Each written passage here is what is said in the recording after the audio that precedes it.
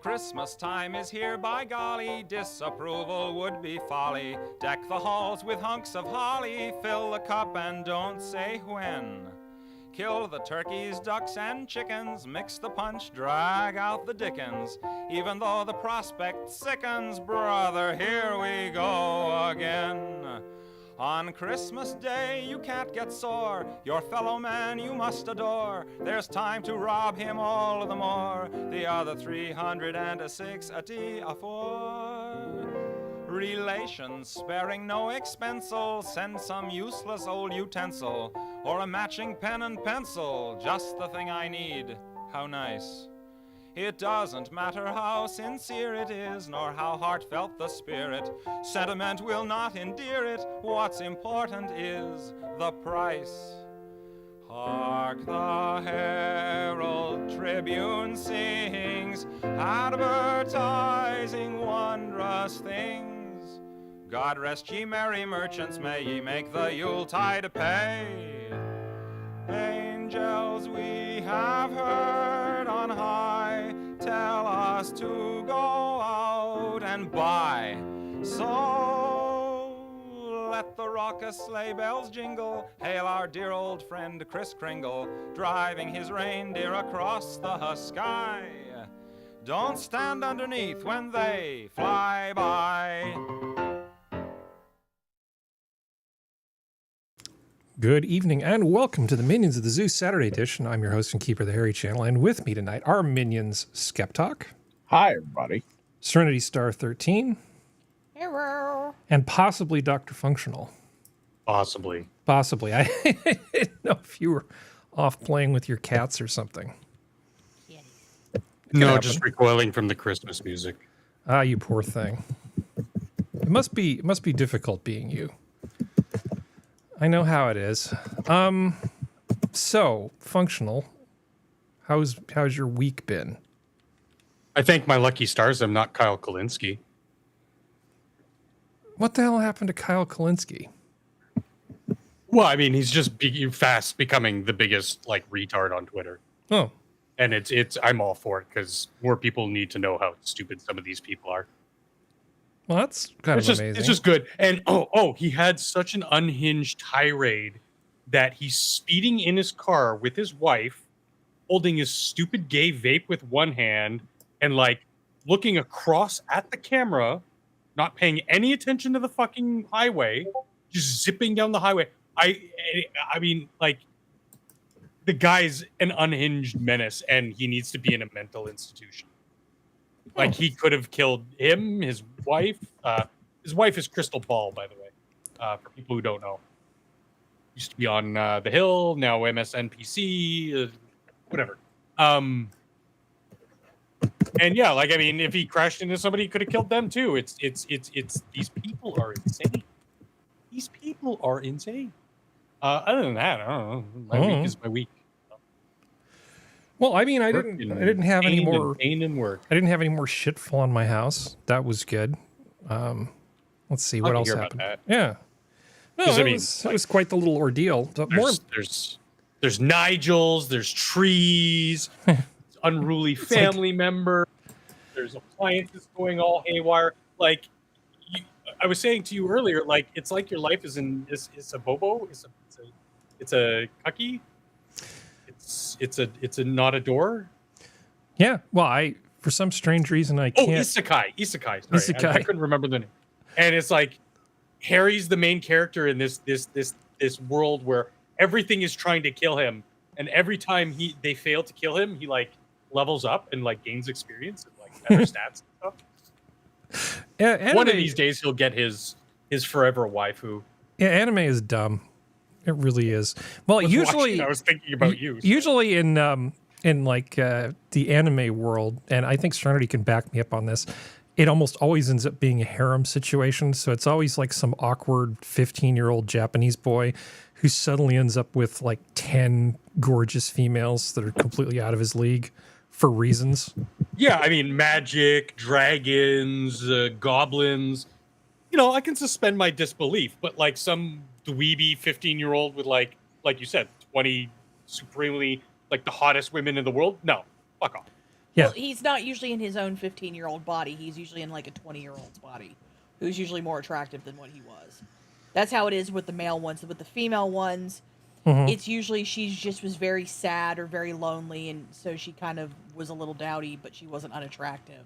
But then it's more so the attitude than the physical attractiveness. It's you have the mentality of a preteen, and you're super awkward, and like blood shoots out your nose. You get that stupid cross vein in the forehead. Like that is beyond belief, because even you would assume that even in a fantasy style scenario, people are still people.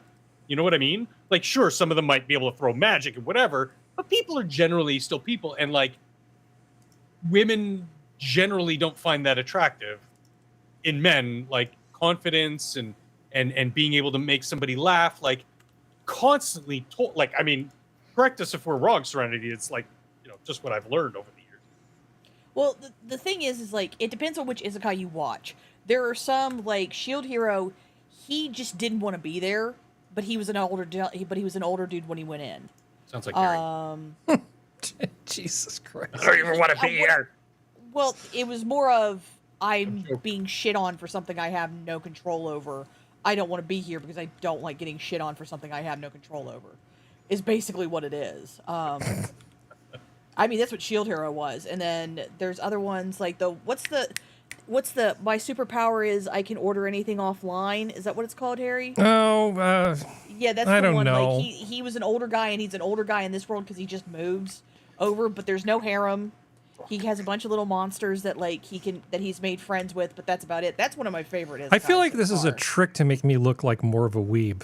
I feel like this is a trap. I'm the largest weeb in this group. Like, I will wear that banner with pride. Okay, I will throw it to you. If you're looking for an example of what you're talking about, it would be Sasaki and Peeps.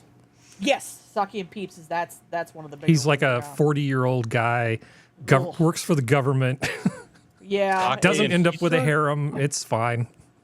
Sake and pizza? Sasaki and Peeps. He's a bird who's a reincarnated magician or something. I don't know. Yeah, I can't remember. It's all.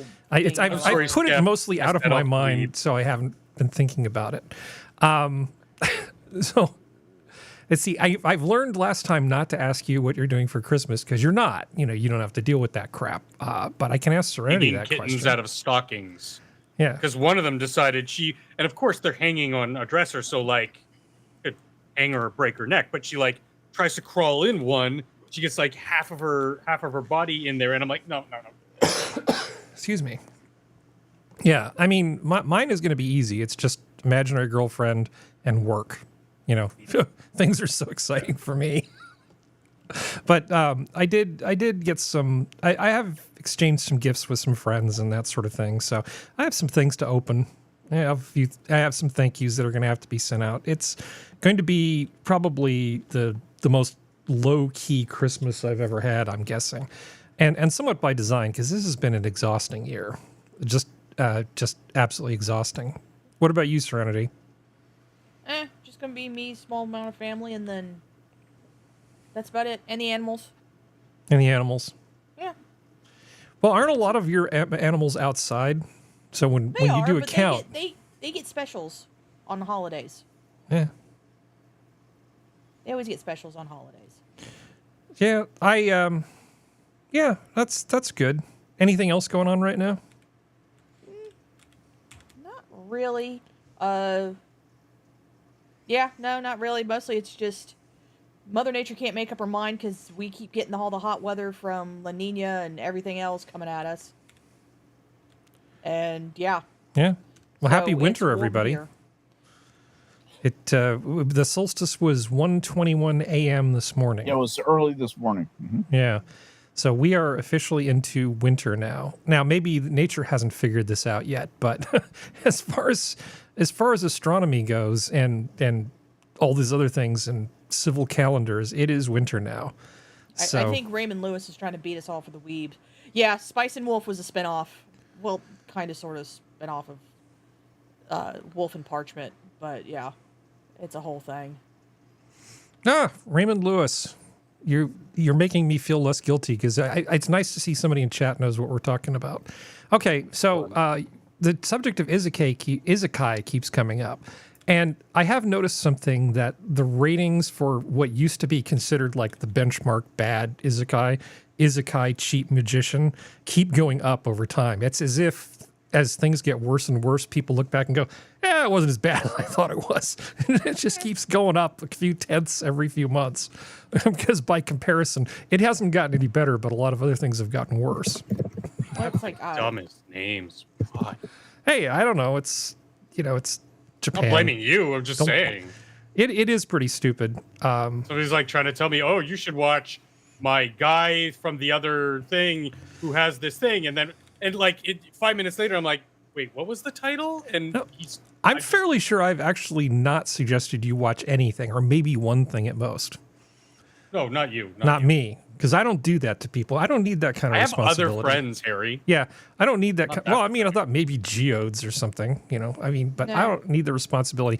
I hate telling people to watch stuff unless I'm absolutely certain they're going to like it. the only isekai I've liked, I liked Shield Hero the first season. I did not like any of the subsequent seasons, so I didn't even bother, because I'll just drop something. The only isekai I liked before that was before they knew what the word isekai meant, which was Magic Knight Rayearth. But that's an oldie from the 90s from Clamp. May God go get it, women. Yeah, no. Most of the other stuff I watch, Harry, you know what I watch. I watch darker stuff, or I watch mech anime. I watch Witch Hunter Ronwin, all the Gundam Wings, Robotech. I know it's called Macross. I will call it Robotech because that's how I know it. Sailor Moon's like the only light thing I know. Ronin Warriors, loved Ronin Warriors. But yeah, those are the ones I watch. Yeah, we should do another anime stream at some point, like when I'm picking up a night for somebody. We'll do half anime, half sort of woo, crazy alt theory stuff. Okay.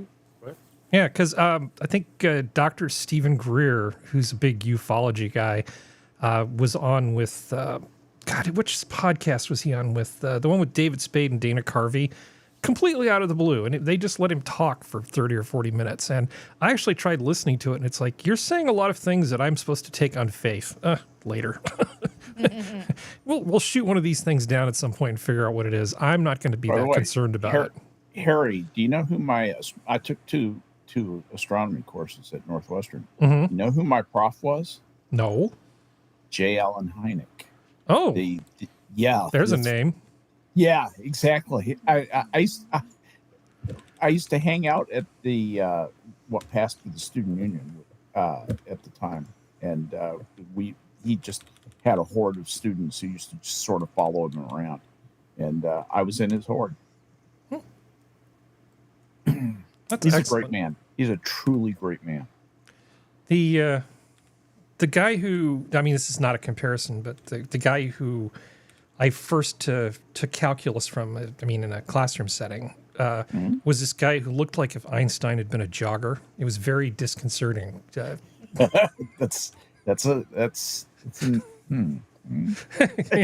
Yeah, okay.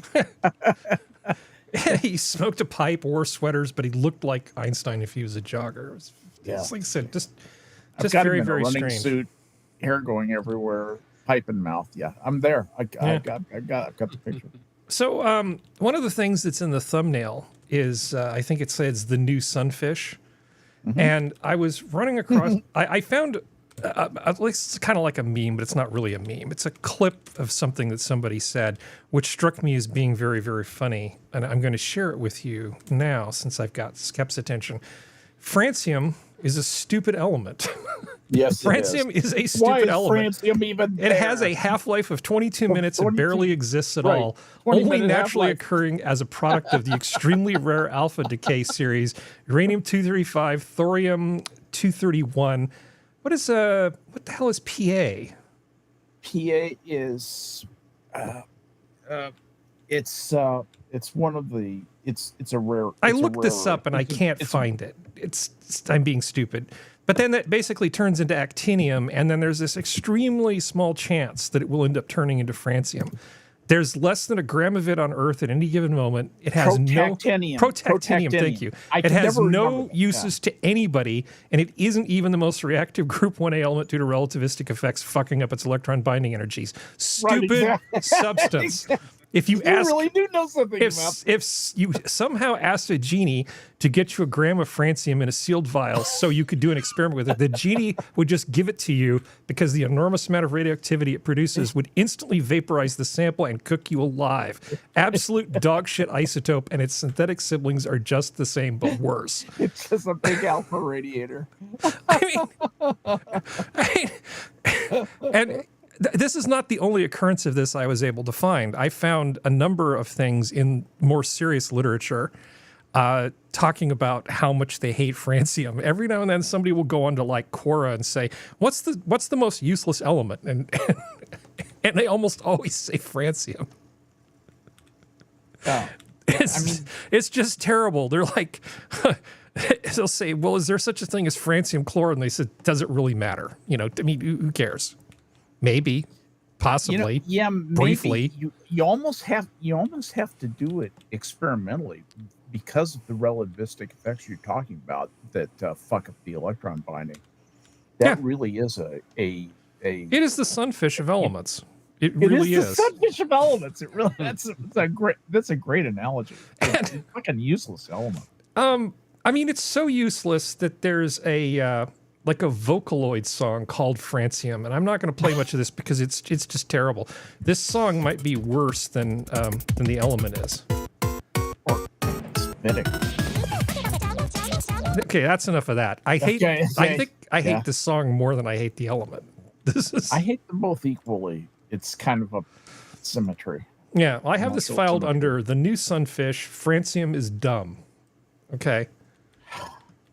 Anyway, how have you been, Skep? Francium. I was fine till we talked about francium. What have you got on your Christmas agenda? I already can guess. Delicious food, lots of family members. It's going to be awesome. Yeah, lots of things going on. I may actually, after the gift exchange and all that stuff happens, which is relatively early in the morning over at the kids' house, I may get in the car and head down and just go see Dad, spend a little time with him. And I think that would be a good thing to do. He's got nobody to spend nobody to spend Christmas with except the people in the place where he lives, in the assisted living facility. And he's such a superstar, he always has people in his apartment. He's always surrounded by people. And so he's not really lonely, but I feel bad for him. So I think I'm going to drive down to San Antonio on Saturday. Hey, Harry, did you notice that we have a chat tonight? I was literally just about to provide a segue. I was going to say, you know who else is lonely? Chat. Yeah. And you know what would cheer them up? If you would visit them. If you could do that for me. We got Mike here, and Misfit came in early, and I think is still here. Raymond Lewis, of course, Cashel, Mr. Yes. Jack's here. Jack Guskey's here, and that's everybody, guys. Thanks for coming out. It's great to see you guys. We love having an audience, and this is a nice, good sized crowd for us to have. And we love to hear what you have to say and interact with us. React to our silly reactions. It could be a beautiful thing. Watch out for the alpha radiation. Yeah, it's dangerous. It's bad stuff. Well, there's this whole story. They're trying to essentially turn the woman who discovered francium into the next Marie Curie. And it's kind of an interesting story, which I'm not going to bore everybody with. But you know how it ends? With her dead and glowing in the dark. Right. That's how that story ends. It's terrible. What, didn't she work with Marie Curie? Wasn't she like... Not work with, they sort of worked near, worked under, associated with. I mean, but she... Okay, by some definition of the word with, yes.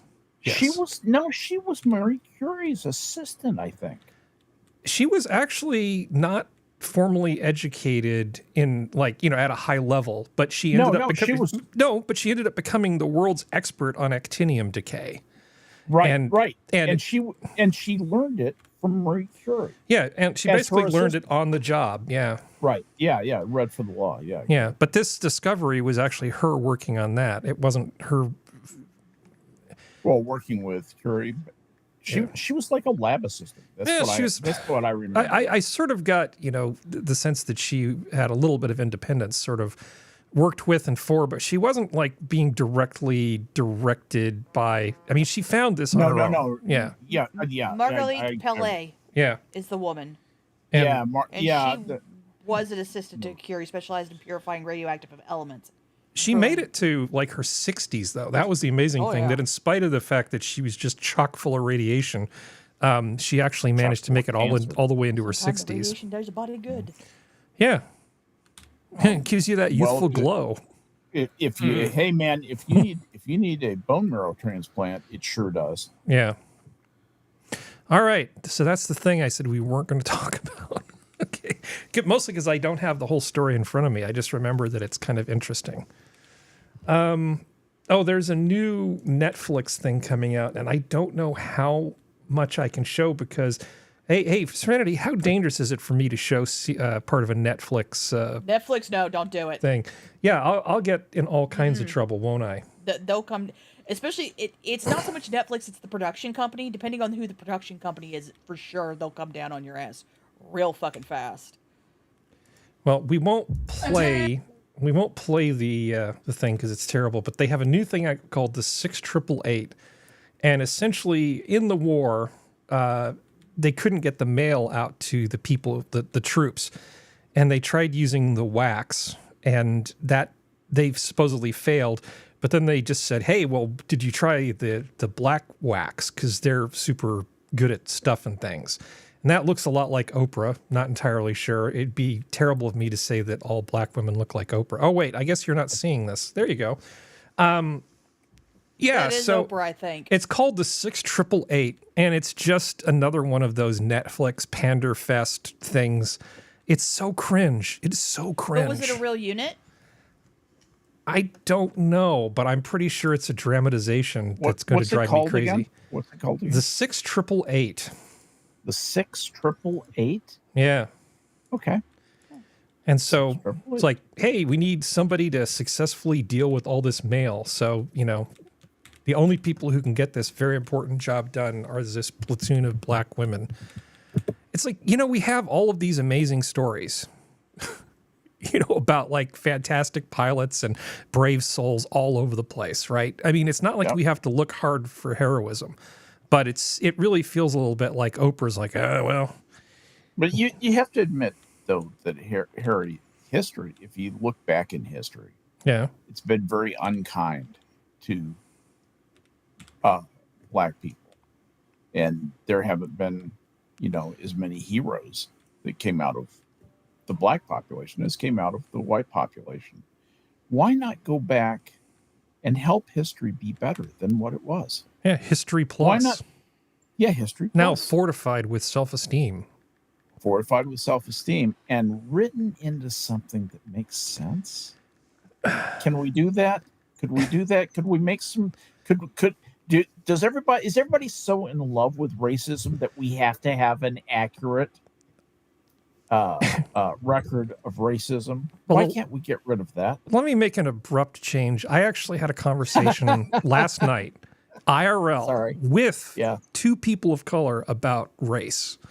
Really? Yeah, I ended up in this conversation actually talking to them, and it was really, it kind of bothered me because the woman was like, she was saying something that I've said a bunch of times, but I've never tested it on actual people of color.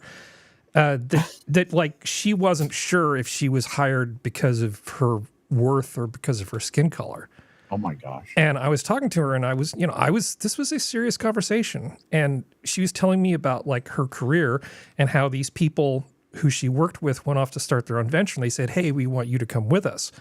And I said, hey, that's it. That's how you know. That's because that's people choosing you. They're not forced to choose you. That's your accomplishments being recognized. And the problem with all this stuff, this affirmative action, DEI stuff, is a lot of people spend time wondering, well, did I get hired because of who I am or because of what I look like? And I did not expect to have that conversation with actual black people last night. It was very surreal. That phenomenon since extra affirmative action came out. Yeah. Well, I mean, I guess because we talk about this stuff and I've had so much time to think about it, at least I was well prepared to have that conversation. But, it was a really unexpected thing because I was actually helping out their brother who's got some problems. He's a little troubled. So I've been actually trying to help out their brother, and they actually wanted to thank me for that. And so, On a slight side note, 68, 80, whatever, those women, it wasn't a small thing. It was 17 million package. Oh yeah, it was a ton of mail. And they were doing it in actual Europe when it was going down, and apparently 17 million letters and packages. They worked at aircraft hangars that were not heated, and they worked out of Birmingham, England, Rhone, France, and Paris, France. Mm-hmm. And they had to deal with German U-boats while they were traveling through Europe, as well as the fact that people were just sending mail labeled Junior and John Smith. And they were just like, I don't know who the fuck this is. See, here's the problem. It's not. I mean, the true story is great. Okay, yeah. I'm not trying to detract from them any more so than I would make snarky comments about the women who flew airplanes for delivery during World War II. And there's just all these amazing stories because plenty of work to do that needs to get done. Right, lots of ways to exemplify things. But it's like this scene, which I obviously have to be careful with, where we're speaking truth to power in the Oval Office. And it's like, this is the shit that annoys me. It's the extra flavor that they add to these things. Because if it was just a documentary about these women, I'd have zero issue with it. It's the dramatization and all of the crap that they add on that irritates me. No one would go to see it. I know. I know. You have to write that in. That's why I want to improve history, Harry. By rewriting it into something that makes sense. I just want stuff to be. I want stuff to be truthful and accurate. Why have truthful and accuracy if it's just hate, Harry? Why not write the hate out of history? Oh, why not rewrite? Love hate so much? Why not rewrite American history so all the bad things we did to like the Native Americans and stuff don't appear in it, so that we could feel better about ourselves? Well, no, those we have to remember. We don't want to recommit those, so we have to remember those. But there's other things. I think you have to be faithful to history. But anyway, this is just a side note. I'm just having a little fun. Here's Sora. Hi, Sora. Hi, Sora. Hello. Sorry. I'm very sorry. No, it's okay. It's not your fault. Sora. Yes. Did you bring Pierre? Honda is now selling electrical tape that's extra spicy, caliente, to stop rodents from chewing on it. Because that's hilarious. Rodents are assholes.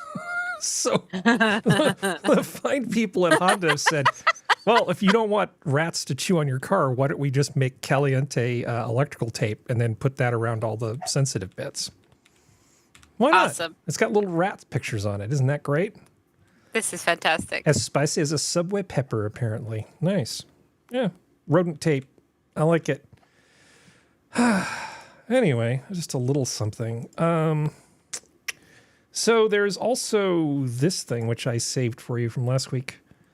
Chungungo, the mini sea otter that lives on rocky cliffs and mates for life. Did you know there was a tiny sea otter? Look at him. Look at how small he is. I would love to look at him, but I only see electrical tape. That's weird. Because I have definitely changed, and it is definitely not picking it up. And are you sure OBS didn't freeze? There it is. OBS is being stupid because I definitely changed it. There it is. Oh my God, look at his lounging in the sun. Look at him. You jinxed it, Harry. You jinxed it. Marine otters live on rocky coasts with extreme swells and strong winds with their dens built into crevices and caves. Look, it's a little miniature otter. You could have one.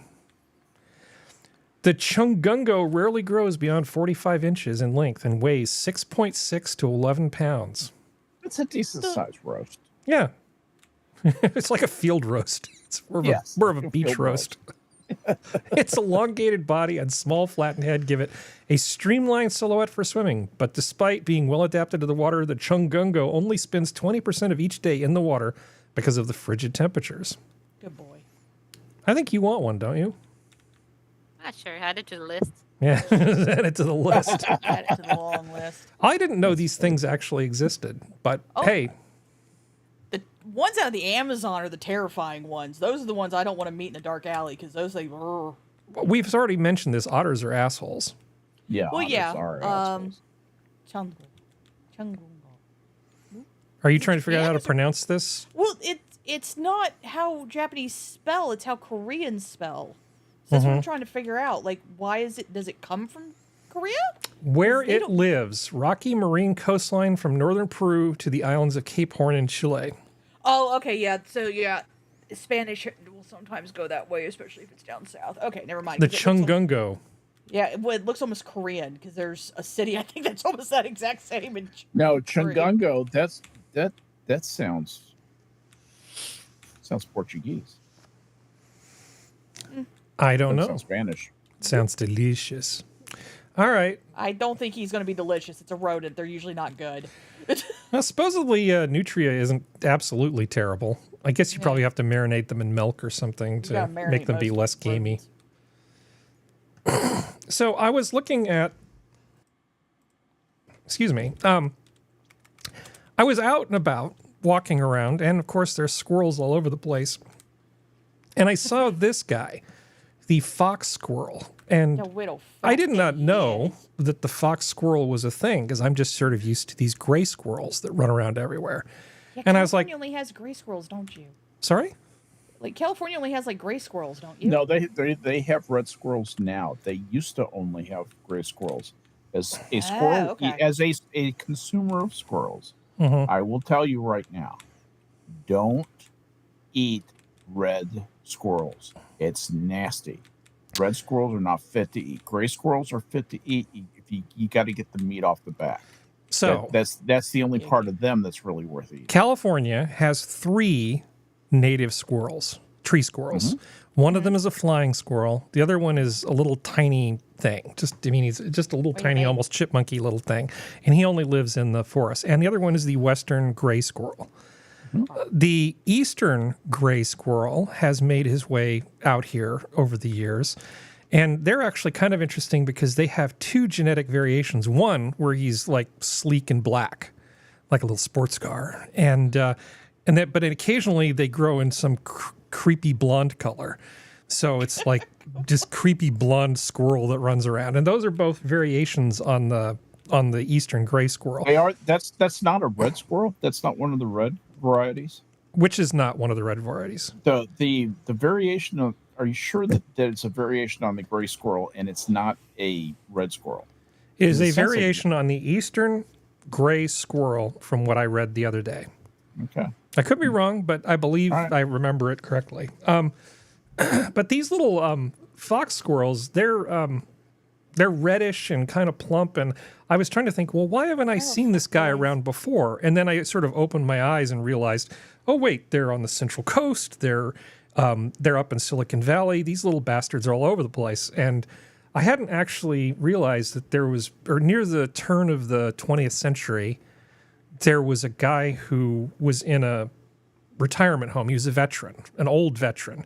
And to cheer him up, since he liked these squirrels from when he lived back east, I think he came from Tennessee, if I remember correctly, some friends of his decided to bring him some squirrels, which then got loose.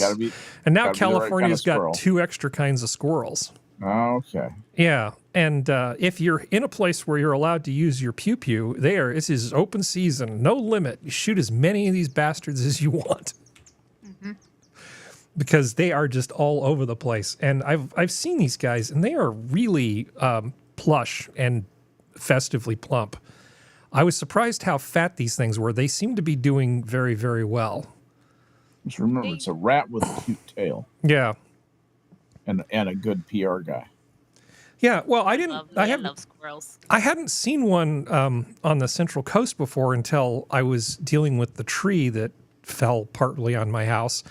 And I was looking there, and suddenly on the piece of the tree that had fallen down, there was one of these little bastards. I'm like, oh, great, now they're here too. And I had to pretty much, I had to really yell at him a few times to get him to bugger off because he was right where I wanted to put my chainsaw. Oh yeah, they don't care. Yeah, They'll he look really at you and didn't go, care. Ah, you're funny. Yeah, he really was not particularly concerned with me. They usually aren't. Yeah, little bastard.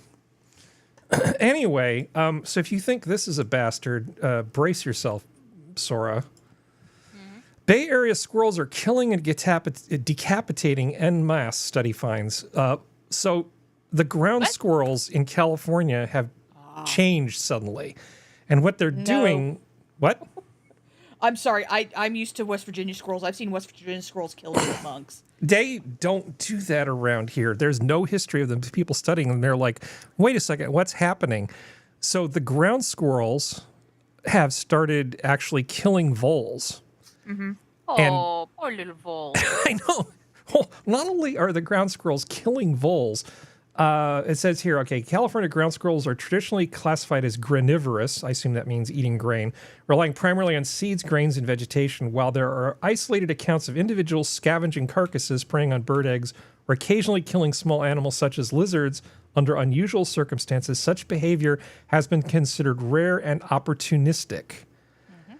Well, that was the way it was until this year, and they started observing other things. So for squirrels observed consuming their kills immediately rather than carrying the carcass back to the den, the behavior followed a grimly methodical pattern. In every case, the squirrels first removes the head of the vole before pulling meat from the torso. Then they strip the fur from each part of the body before devouring the exposed flesh, organs, and even cartilage. Holy crap.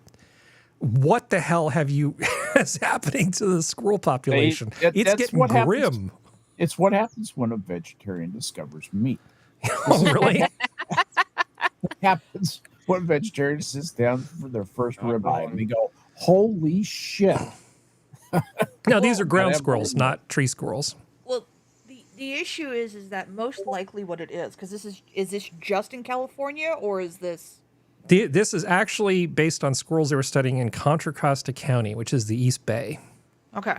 You will have had a drought for how many years at this point? Drought's over. And actually, the vole population became huge. I think they just realized there's a lot of these things around. Why don't we see what they taste like? Well, yeah. It can lead to that. Sometimes it can lead to what a nutritional deficiency. Because that's what happens with most animals that are either granivorous or herbivoric, or predominantly so, is that they will sometimes turn to meat either when their main food source has gotten too small, or if they are missing nutrients that are needed for their own diet because something has caused what they normally to consume to go away. Because that's what that we have to be careful about. Because donkeys will go omnivoric real easy. I was just going to say donkey. I was just thinking pigs that. are naturally omnivoric because they're just assholes. Pigs are assholes anyway. and delicious. Yes, both. You can be both. Yeah. But donkeys will, you have to kind of watch them if you don't have enough food out there, or if they feel you don't have enough food, they'll turn real quick. Now, my cows have eaten snakes before. That's not uncommon. They'll do that from time to time. Usually it's a lack of, not entirely of iron, but something in that kind of vague family. But squirrels around here, if it gets too dry, especially the ground squirrels, will go after chipmunks, and they'll go after ground chipmunks and voles because they can't get enough of the nuts that they normally get because they haven't fallen. So I think while the drought's over, I think something has happened to the nutrient-dense food that they normally eat. So now they're going for, as Skep put it, the next nutrient-dense thing, which on the planet, if you can't get a hold of seitan or tofu, is meat. Vole, it's what's for dinner. I mean, they're easy to catch. I mean, human beings can catch them with their bare hands. Like, they're not exactly the wiliest of creatures, voles. They're kind of stupid sometimes. Everybody say hi to Johnny Hellcat. Hi, Johnny Hellcat. Hi, buddy. Hey, buddy. Did we say hi to Jack earlier, Skep? Yes, we did. Okay. I said hi. That's good. You can't miss Jack. No. Called him out by name. Let's see. So let's see. I want to show something to Functional, but really quickly, I ran into this Do you story. guys which need a minute or? no, Oh, I'm no, sorry. no. Is I there a think they little have an outfit? ointment for that, Harry. Yeah, exactly. Or at least a powder. The Just remember, I'm chafing not a and the- doctor. I only play yeah. one on YouTube. So, neurological hazard group sues over Bay Bridge lights. So there's a art installation basically on one of the suspension bridges in here. It's not the beautiful Golden Gate. It's the Bay Bridge, which goes from the Bay East Bay Bridge. to the West Bridge, west side of the bay.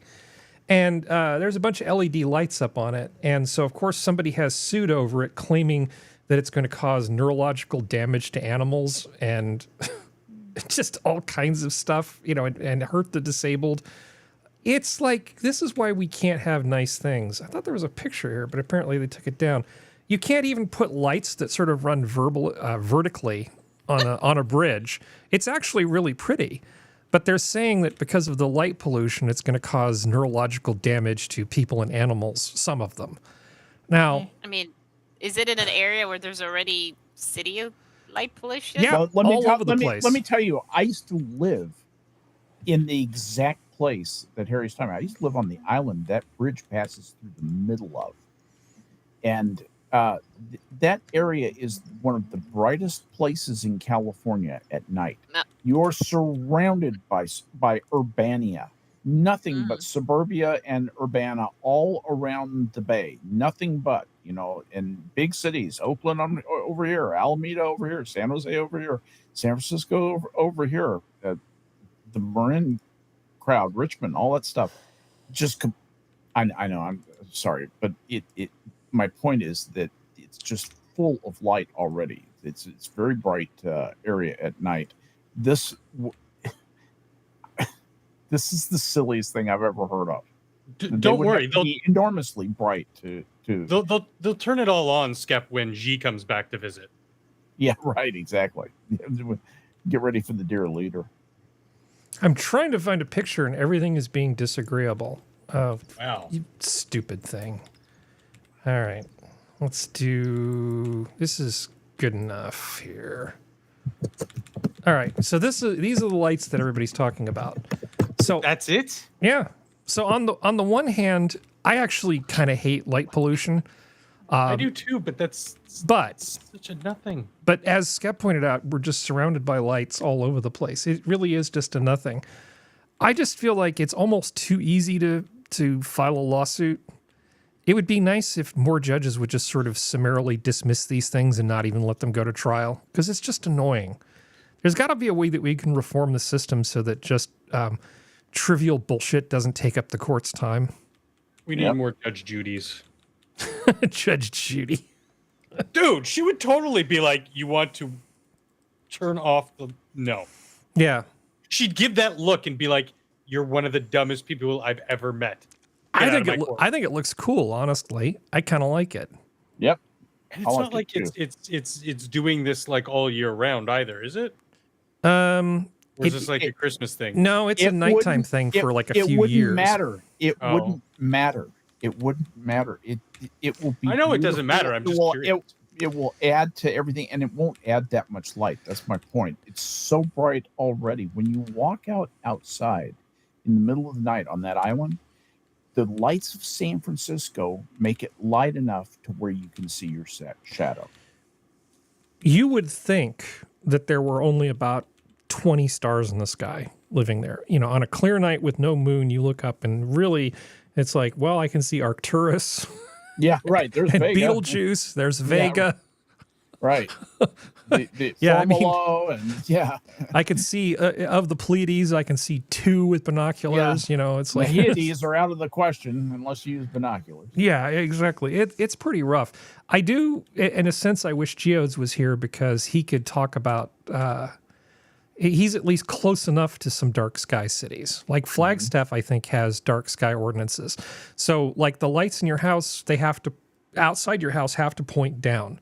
If you want to illuminate the ground, fine. But in terms of just illuminating the sky, no. Well, And I there think are some places in Central Texas that are absolutely dark. that's There not is no that's light. of course. If you go away from all the lights, it's going to be Right, dark. right. But in terms of as a quality of life thing, as much as I'm pretty much a small L libertarian, I don't really see a problem with saying, okay, if you want to light up the ground for security and stuff, absolutely fine. But lighting up the sky and just kind of ruining it for everybody else, maybe don't do that. Or maybe you need a permit to get the little searchlights because you're opening a new car dealership. Right. I had to Google it, but apparently Toronto does have a dark sky compliant thing by law. But I mean, I don't ever remember it being. There were some idiots every now and then that would like get these super powerful lights and just shine them up into the sky and like, you know, because there's 2 major airports and 2 major military airstrips in the city. It's kind of not good to be flashing lights like that at airplanes. Like we're talking like super powered lights here. And you know, clubs and things, they'd put those. Anyway, so other than that, it's never been that bad. And I'm just thinking about it now. Like, yeah, when you look up, you see a decent amount of stars. It's not that polluty. But I do remember being, you know, just anywhere, maybe 2-3 hours and further north. Like, if you look at that map there, those highest points of the middle right, you know where Ontario is, that little lake that dips down there. Like, I was up that high, and you could see nearly everything with the naked eye. You wait like 2 minutes, you let your eyes adjust, you can see everything because the starlight itself is just so bright. You don't need anything. It's fantastic. Yeah. So here's You've what got North some America. pockets there on the West Coast. Yeah. Here's what North America looks like. Look where I am. I'm in one of the few dark areas. Yeah, I can tell. Yeah. It's pitch black outside. That's the reason why we use animals. But look at Central and West Texas. It's dark. Yeah. I know, but on the East Coast, I'm in the darkest area left on the East Coast pretty much. Yeah, you are. You're in a little island of dark. Yeah. Yeah. Do they have electricity in West Virginia yet, or still no? There's some hollers they don't. Yeah. I know that. I ain't even kidding. Is it just And because of places, how concentrated? No, like in West Virginia, there's places that used to have electricity that don't have it now. Nice. The decline has been so bad. It's awful what's happening. And it's population density, Sora. One of the things that helps us be a little bit darker is the fact that we have the Appalachian Mountains, which makes it easier because it can block a lot of the light pollution. Was that your question, Sora? Yeah. Yes. Okay. Hey, that makes sense. I never thought of that because like I'm surrounded by lake, so it's going to be a lot darker. And it's going to reflect a lot more, especially when it gets colder. It's a lot wetter too. Yeah. So it's one of those things around here because we're a coniferous rainforest. We deal with a lot more darkness and stuff like that, but that also causes things like molds and mushrooms to grow.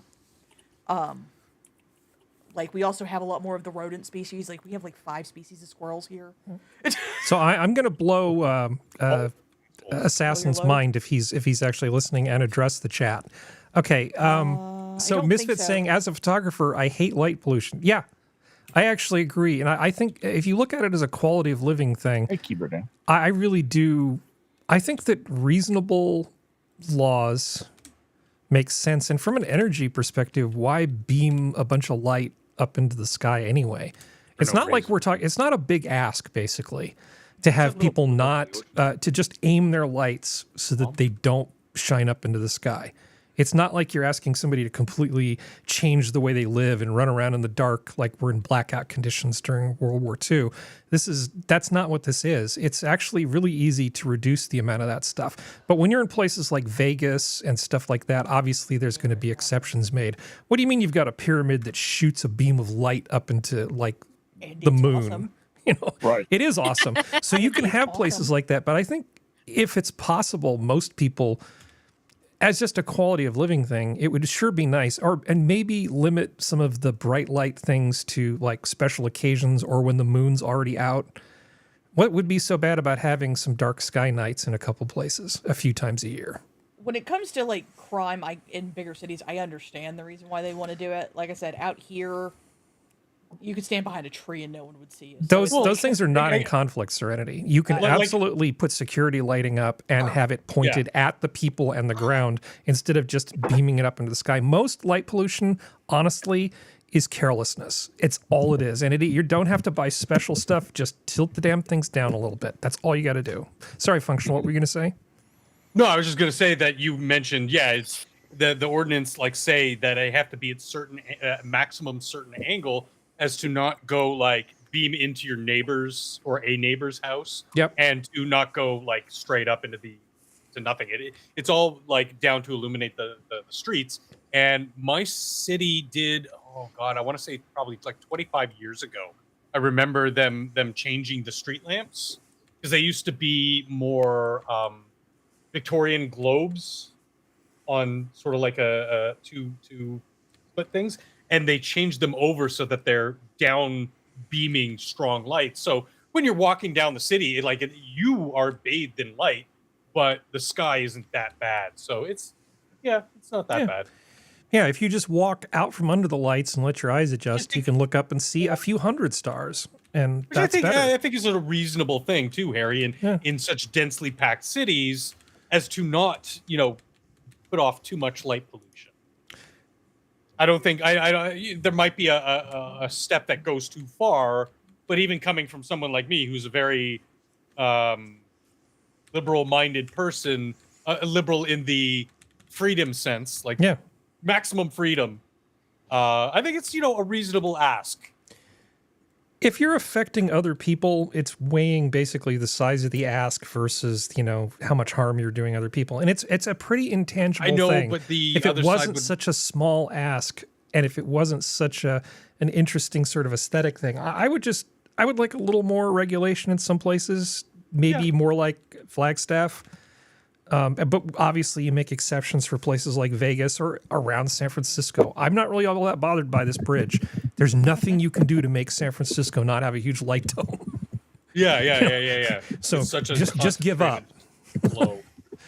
Like telling them that they shouldn't have lit up a Central Park, and it's like, wait, what? Yeah. So I want to show you something. It's not Central Park, Times Square. Hold on. I want to show you something which I think is kind of cool. Now, titanium, you can change the color of it by applying electricity to it.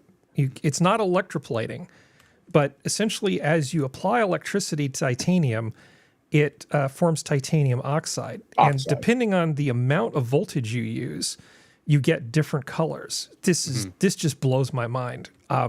I've never understood why you get these different colors of titanium. Different crystalline alignment, different index of refraction. It's different crystalline alignment, but also the main thing is, the refraction is the key thing. It's the depth of the coating. So basically, as you increase the voltage on this thing, you get a thicker coating of titanium oxide. And what happens is some light goes through the coating of titanium oxide and bounces off the titanium underneath it. And it's that refraction with what's reflected and then what's seen from underneath that causes the color shift, which is just cool as hell. I really... That is awesome. I just love that so much. It's one thing. We're dealing with the same chemicals each time, titanium and titanium oxide. And the only thing that really changes, the big thing, is the depth of the titanium oxide layer. And that's what gives you different colors. That's what gives you the different angle of refraction I referenced. Yeah. Yes, exactly. Yeah. Well, depending on how thick it is, it's going to bend the light more or less. Right. Yeah. If I could, I'd make some models out of titanium, but that shit's pretty expensive. It's pretty awesome. It's easy. Well, it would just make the painting super quick. Just electrocute it. I actually have it's almost a fetish for me, but I keep buying things made out of titanium. Like if I see something made of titanium, I just buy it. Like I have all this shit made of titanium, including my daily carry flashlight is just this huge heavy monster of a flashlight made of solid titanium. I have a titanium flashlight. Harry, it is a beast. That's sort of awesome. Well, different grades of titanium have different thermal properties, so it doesn't radiate heat quite as well as some other things. So if you make a flashlight and put a decent driver in it, it'll overheat and burn out your electronics. So this thing is actually extra chunky to support the heat sink that's needed for this. And they used a lower grade of titanium because it actually transmits the heat away from the driver circuits better than the higher grades of titanium. So it's the fact that I have a titanium flashlight, it's not as easy as it sounds. There's actually a lot of engineering that has to go into this stuff. There's the guy who I got this from, he actually has a manufacturing place in Mountain View, California, in with like the car shops and stuff out by the bay. And his website is Dark Sucks. Dark Sucks. Dark Sucks. I'm going there. I got. So if you want I got to know like about this guy. fancy flashlights and even more bespoke flashlights, hey, you want your flashlight Cerakoted? He'll do that. I like that idea of bespoke flashlights. Yeah. What about a pocket flashlight, like something that's like a pocket watch that I can attach to my vest and put in my pocket, but it's a light. Oh yeah, they have those. Oh, Prometheus Lights. Prometheus Lights. Dark Sucks is the website, but his company is Prometheus Lights. Yep. Yeah, and I think I'm using the Titanium Alpha, and I don't think they make these anymore, or maybe they only make them in special batches now. But I'm half tempted to take it apart and put it in some water and apply some voltage so it isn't this boring gray color anymore. All right, titanium. Yeah, but titanium is cool. And if you ever do get a bunch of money, you absolutely totally should work with this stuff. It's a great metal. It's fantastic metal. Why are we talking about titanium? I don't know. The Alpha Titanium Stonewashed flashlight is yours for a cool $650. It was cheaper when I bought it. Yeah, now they have some out here. Some is low. The Alpha Classic, for example, is $379. Mm-hmm. It's a good flashlight. It's a very for $300, $500. It better be a fucking amazing. Better fucking cure cancer as far as I'm. Well, he makes a bunch of nickel coated ones, and unfortunately, nickel and I do not get along.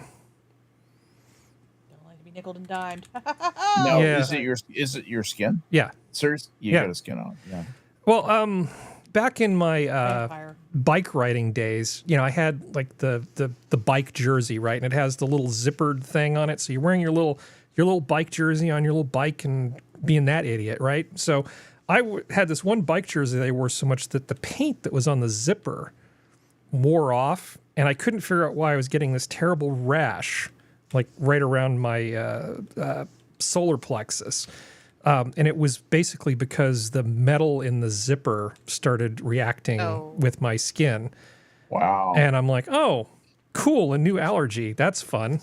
I'm glad I picked that up. You should have gotten titanium zippers. Yeah, no, you just actually, there's an easy way to deal with that, which I learned about later. You can put either paint or clear nail polish on the surface. And that will protect your skin from whatever it is. But that's why I have a titanium flashlight, because other metal flashlights make me have problems. But enough about me. At least that's how I rationalize it, Skep. Yes, I did buy a $400 flashlight. I'm sorry. I'm fancy. I love it. I have a lot of flashlights. I have like my regular EDC flashlight, and then I have my backup. And then I have the one that's on my keychain. That's the one that Functional wants. Gotcha. There's actually another place if you're a flashlight fan and you want to look at some small ones and stuff. It's called countycom.com, and they sell a lot of government surplus stuff and stuff that's in the same style as government surplus. So they have nylon pouches and flashlights and cool knives with like Damascus steel patterns on them, and it's like it's a very sort of, I don't know, former military law enforcement Leo nerd nexus of things that come together. Countycom.com. Countycom.com. And they have all kinds of cool, like I said, cool knives and flashlights and tritium dials and just, you know, all kinds of stuff. Why are we talking about this? Okay, I'm just being tritium stupid. dials. We should probably take a break. Oh, here you go, Sora. Yes. Here's a sparrow. Here's the father, and he's like protecting the little baby sparrows. Look at that grumpy face. He's like, fine, parenthood. He's like, you little bastards better appreciate this. You understand how wet I'm getting? I'm kicking you out of the nest next week. Let's see, what are we? We're an hour in. Okay, well, we can burn through a few of these palette cleansers. Oh, I like this CountyCom. I figured you'd like that. And actually, the prices are pretty decent on most of it. Yeah, it's not too bad. Are you you guys familiar with Sarah Brightman? Yes. The singer? The singer? Sarah Brightman, the singer. Well, she used to be in a dance troupe called Hot Gossip. Yeah. Oh, you knew this? Okay. Yeah, I had a friend who was obsessed with her. Oh, okay, okay. So I knew about I have a friend who's obsessed with Kate Bush, but I don't have any friends that are obsessed with I wouldn't Sarah say Brightman. Prospero is obsessed with her, but she and I both like Sarah Brightman. So here is Sarah Brightman and Hot Gossip in I Lost My Heart to a Starship Trooper. I'll just fast forward into this bit.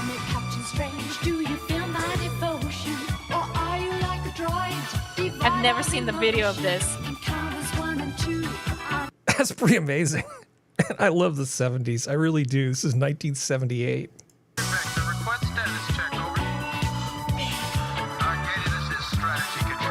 I'd say her career improved after this, wouldn't you? Yeah, but it's still really cool. It's pretty cool. I actually really like to lean into the cringe. I like it a lot.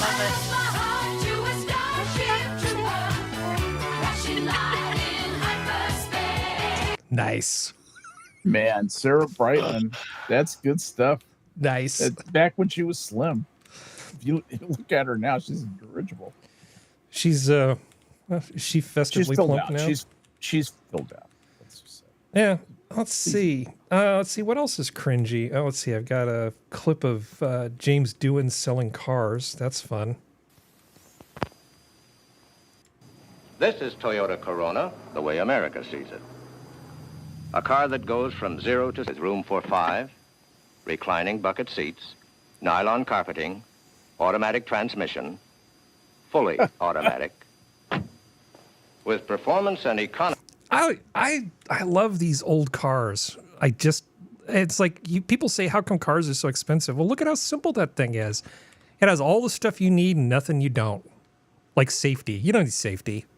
You can just get in your little tiny car and drive around because the engineer who's in charge of the enterprise told you it's a good car. And that's reason enough to buy it, don't you think? Probably. But, okay. Probably. But this is basically just an excuse to show you this. I just want to see if I can see his maimed hand. So when you're selling cars, you don't want the commercial to go like this. This is a buckle up. We're all here, right? We haven't lost anybody. Okay. Nope. You're going to like this. Magazines, you've read it in the newspapers. In fact, perhaps you've even seen the owner's picture. Ralph Williams, the owner of Bayshore Chrysler Plymouth, 345 El Camino Real in the city of San Bruno. You notice the big bald-headed son of a bitch? The man that came to San Francisco to offer them more for the dollar they spend. The man that came to San Francisco to rape each and every citizen in the whole San Francisco Bay Area. What? The man who came to rape each and every citizen in the whole San Francisco Bay Area. Don't believe it? Listen to me. I don't lie. Take a fucking car like this. A 1966 Ford. This was on TV, by the way. Take a fucking car like this. Squire 9-factor station wagon. Don't worry about the equipment. Imagine all the fun you can have in the back. And while you're doing it, imagine all the money that bald-headed prick Ralph Williams is going to be making on the car he's trying to fuck you out of.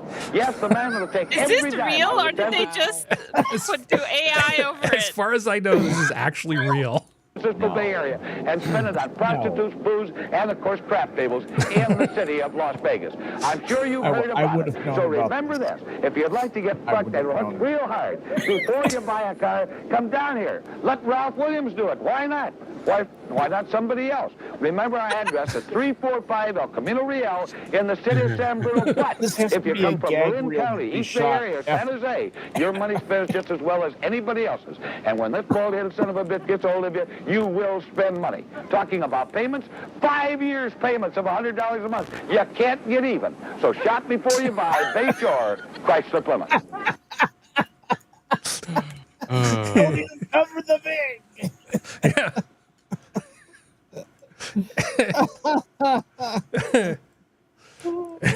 Great. That's great. Well, this is from this shot was that as actually posted 14 years ago, so I don't think it's AI. No, that has to have been shot as a gag reel. I mean, you can tell that it's real. That was really done. I don't think that was ever on TV. I think. Well, you know, it's a real luxury commercial. belief, Skep. It's a luxury belief. Yeah, it cost okay. me nothing. I listen to Scott Adams. It cost me every day. I know nothing what to it believe is. that this is real.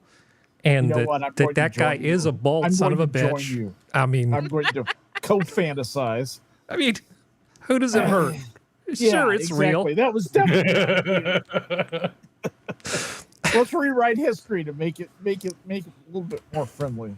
Well, remember when I did the dating profile thing, and then at the last one I did turned out to be like Mad TV or something. And I think Serenity called me out on that one, and it's like, I don't know. I don't have researchers to do background checks on this stuff.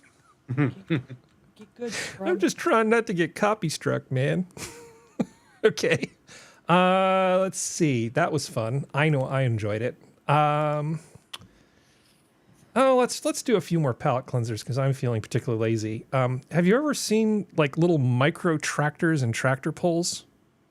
Because I hadn't before this week. Imagine this. It's like little miniature tractors doing tractor pulls. Yeah. Part of the model world. This is who knew that they did this? Look at it. Get it up to speed and got to worry about that aerodynamic drag, so you got to keep that in front of it, make it fair. Man, the things that men will do to avoid going shopping with their wives. This is amazing. This is amazing. This is apparently a thing that people do. They build little super powerful tractors and then they put them on tables and see which one can win in a tractor pull.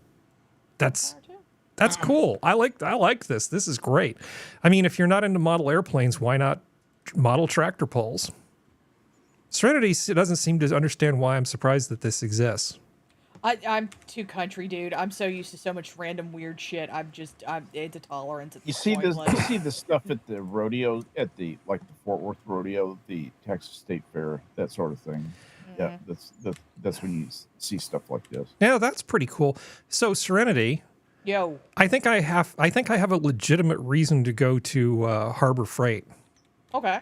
Now, I've gone to Granger's in the past. Love Granger's. Granger's is a great place for industrial supplies and stuff. But you can spend some money there. But, dude, I once, I think I told you that some version of this story, but I don't think I gave you the full version. This is an aside to the aside. I once energetically cleaned a mini fridge and ended up poking a hole in it and letting out all the Freon. Oh, yeah, I think you talked about this, yeah. But I didn't tell you how I fixed it. I said that I filled it, I patched it with JB Weld, but the way I was, since it's a closed system, the way I was actually able to get Freon back into it is I got a bullet piercing valve from Granger's and actually connected it to the tubing since it's a completely sealed system. And I used the bullet piercing valve from Granger's to basically give myself the access port that I needed to get the Freon and the lube into the thing. Yeah. Granger's is a great store, but that's not what we're talking about. I need to go to Harbor Freight because I have all this wood that I need to split. And even though my dad was a lumberjack for a while and stuff, and I've burned a lot of wood, I've never actually had to split wood. I have. Are you going to get one of the automated wood splitters? I don't know what I'm going to get. I haven't decided if I'm going to get like the weird thing that's kind of like a fence hole digger, you know, that sort of slides up and down and has a wedge on the end, or whether I'm just going to get a wedge and a maul, or whether I'm going to get a splitting axe. But all this stuff is like super cheap at Harbor Freight. And I've split a lot of wood, Harry. Yeah. If you got a lot of pieces to hit, get a maul. Get a maul with a fixed head on it. So what do you think, Serenity? Do you like the hydraulic ones, the electric ones, or the manual labor ones? I like the hydraulic ones. We have two. One from my grandfather used to do bigger trees, and we have a smaller one that's easier for me to load. Yeah. It's literally just, it's on its side, though. So you load the log in sideways. Right. And it's literally just a wedge. And basically a jack, and the jack pushes into it. Basically, it just pushes it down over it. It moves slow enough that the only way you're hurting yourself is if you're real stupid and just stick your arm there and leave it. Yeah, that would be dumb. So, the reason I'm thinking about not doing it with just a wedge and a maul is because a lot of this wood is big and green. And now if I had like nice wood and I was going to split it up, I would have no hesitation about this. But since this wood is very hard and very green, I want to split it so it'll dry faster. I think these big green logs are going to be pretty painful to do manually. So yeah, I think I would look into some mechanical assistance. Yeah. I didn't. I thought you were like splitting, like probably cutting some redwood down there. And Well, Harry, also you need to look into that was a joke you were supposed to appreciate. You can look into just renting one. Yeah, I've thought about that. It comes out a lot cheaper, especially if it's a one-off thing. Like around here, we have to own one for when any tree falls or when a neighbor needs one. It's $200, and I might take the tree down in pieces. So over time, I might need to rent it enough times that for $200, it would justify a. Yeah, if I go to Ace Hardware, it's like for that same piece of equipment, it's almost $350. Yeah. Now, you don't stack it near the house. No. Since you have previous rat problems, don't stack it near the house. No, that's another part of the plan, but we don't need to bore everybody. It's just that I've always wanted a legitimate reason to go to Harbor Freight. The only time I've ever bought anything from them was when I needed like a big, huge breaker bar for a 1/2-inch socket. And I'm like, I'm only going to use this once. I'm not going to the real auto store. I'm just going to go to Harbor Freight and give them $5 for this thing. It's like, I don't care if it's a piece of crap. Harbor Freight is basically like super discount hardware store with a lot of... It's just think like Ace Hardware or Tractor Supply Company, but cheap. It's like the cheapest stuff, but sometimes what you want is cheap. Well, it's like if you're not doing it forever, they're good. It's a good place to go to. Like, I wouldn't get a car jack from them. Oh no! Don't Do that. And if I was a professional mechanic, I wouldn't be buying my tools from them. Yeah. Okay, anyway, sorry. Why am I talking about this? Okay. Besides. I know. So distractible. Well, also, since it's starting to rain in California again, make sure you cover the wood. Cover that bench. Yeah. Because otherwise you will have problems. I understand. It never rains in California. Let's see. So, game's doing. Sarah Brightman. Let's see. We have so many things we could talk about. Are you guys following this whole Brett Cooper Daily Wire thing? Yes, very closely. Yeah. Very closely. I figured she got. The speculation that last time I checked was that she was pregnant. I figured that's not the actual truth, but I figured Well, I'll give you my guess. My guess is, and then I'm going to let everybody else give me their guess. But what I think is happening, why Brett Cooper left the Daily Wire, is they started her thing sort of as a bit of an experiment. Right? Figure, let's bring in some young person. Let's try to expand the brand a little bit. And they probably start her at not the highest compensation. Yeah. And it's actually done reasonably well, but it still pulls, like half the numbers of Ben Shapiro, who's their lead.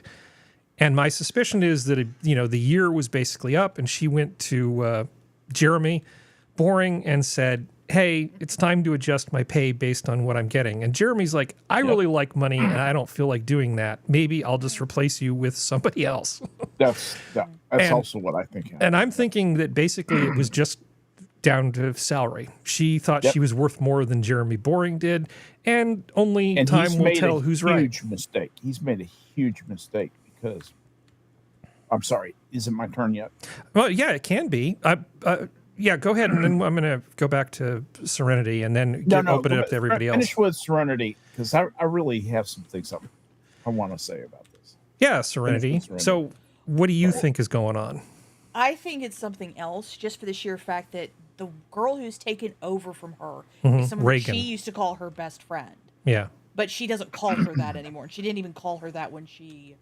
she was her maid of honor at their wedding. Yeah, and she didn't even call her that when she handed it over. She's like, my best friend who I know this is going to be great hands of. So I think some shady shit went down behind the scenes because you could tell Brett was a little upset in her video. Mm-hmm. So I think some nefarious shit went down behind the scenes. Not sure how nefarious, but it probably wasn't the nicest thing that happened, and I kind of feel a little bit bad for Brett, but only time will tell. Yeah, I think Skep has got a few things to say, so let's squeeze Sora in, and I'm already guessing that Functional is going to say, I don't care. I don't. There you go. Confirmed. He tried, but he couldn't. So what do you think, Sora? Well, it is a bit creepy. So I've watched a few other commentary videos regarding this where it came out that they, if you believe it, that Regan, I'm not sure what her name is, the friend, she got acting classes to emulate Brett Cooper. Okay. Yeah, and so that's a little bit weird, right? So they're basically his idea. So that it just shows you're a bit of a dinosaur, even though, like you think that you're going to replace one person with someone very similar, and that's all it takes. I don't think so. There's a lot of people who were upset who, unsubscribe, and I'm sure they don't give a shit, right, in the long run. But at the same time, you're taking somebody who, her personality, you can say, or her likability, whatever, is the one who kickstarted this channel for 3 years. So, but what's sad is all the sponsorships, all the ad reads that she did, everything like this. This is not on her, right? Like, she's not getting a cut of any of this. This is all going directly back to the channel. She might have whatever salary she might be on, and she's recently married. They moved out into the countryside. They have like a homestead farm thing. She commutes a longer way. It's possibly that she's asked, hey, now I think it's going on to year 4. I should have a more competitive compensation. And he says, haha, that's funny. Here is a clone of you that we're going to try to clone of you. And and then they made her sit and do this completely lawyer locked in backed video where she basically said in a very robotic way, it's okay, guys, this is a mutual decision, everybody is happy here. And it's so creepy, it's so weird, obviously completely fake, like, that's not it's not coming from the heart, it's not genuine, but it's most likely that she's basically hung by her neck through lawyer documentation. So there's nothing she can do about it. What's the clause called? Non-disparaging clause, that kind of stuff. Non-disclosure. Non-disparagement. No. It's non-disparagement. Non-disparagement agreement. Non-disparaging clause is what I'm exactly Yeah. talking about. I'm sure there's non-disclosure stuff there, but non-disparaging specifically. she's under So an NDA the too. truth may not come out in that way, because however she says it, there's very little that you can say that's not going to come out as negative. Maybe in a few years' time, she can say something, oh, well, like any business transaction, you come to the end of a contract, and when you negotiate the contract, sometimes it doesn't go through. That's probably like the best that she can ever come out and say. I don't know. It's a little bit. It's just too, the way it's done. It's handled. If they were trying to hide the fact that this is negative, because she's the one who's, if we're gonna use that, the one who's the victim, quote unquote, right? Like, because she is, right. She's always going to be the small fish that gets punted out of this lake. Well, I think something had to start this, right, Sora? Though, I mean, I don't think that they just woke up one day and then came down on her. I mean, I feel like I'm sure she asked. I feel for like more she money. asked for honestly, something. Yeah, 100%. She's probably asked either for more money or for something. Now, if the thing is if she's gotten to a point where it's also very possible that because she comes from a bit more of a conservative background, she may have wanted to start having kids right away, and maybe it came to a point of, hey, I want to talk about a mat leave compensation, working from home, like structuring something like this. And they're like, fuck that, we don't want to touch that with a 10-foot pole. You're out before you start popping kids. Because like she's quite young and they just got married. I don't know if they want to necessarily have kids right away, but if that was the case that they're planning to, they probably want to not deal with that, because I don't know, wherever their taxes or whatever state they're in, they Tennessee. might have, maybe Tennessee has some serious I don't know, mat leave laws or something, I don't know, and they probably like, we don't want to deal with that, so we're going to kick you out before you even start having those kids. Well, that's a lawsuit, even with a contract. Well, people have still if it's tried it proved, though. That's the problem, right? Like, you have to prove that's the reason. And if they can turn around and say, well, actually, it was a money issue, and she wanted all of these stuff to be changed for her, like programming, scheduling, etc. However, we had another employee who was able to not only fill her role but at a cheaper price. Of course, we're gonna change. Yeah, Reagan's already here. She's your producer. She's already here, ready to go.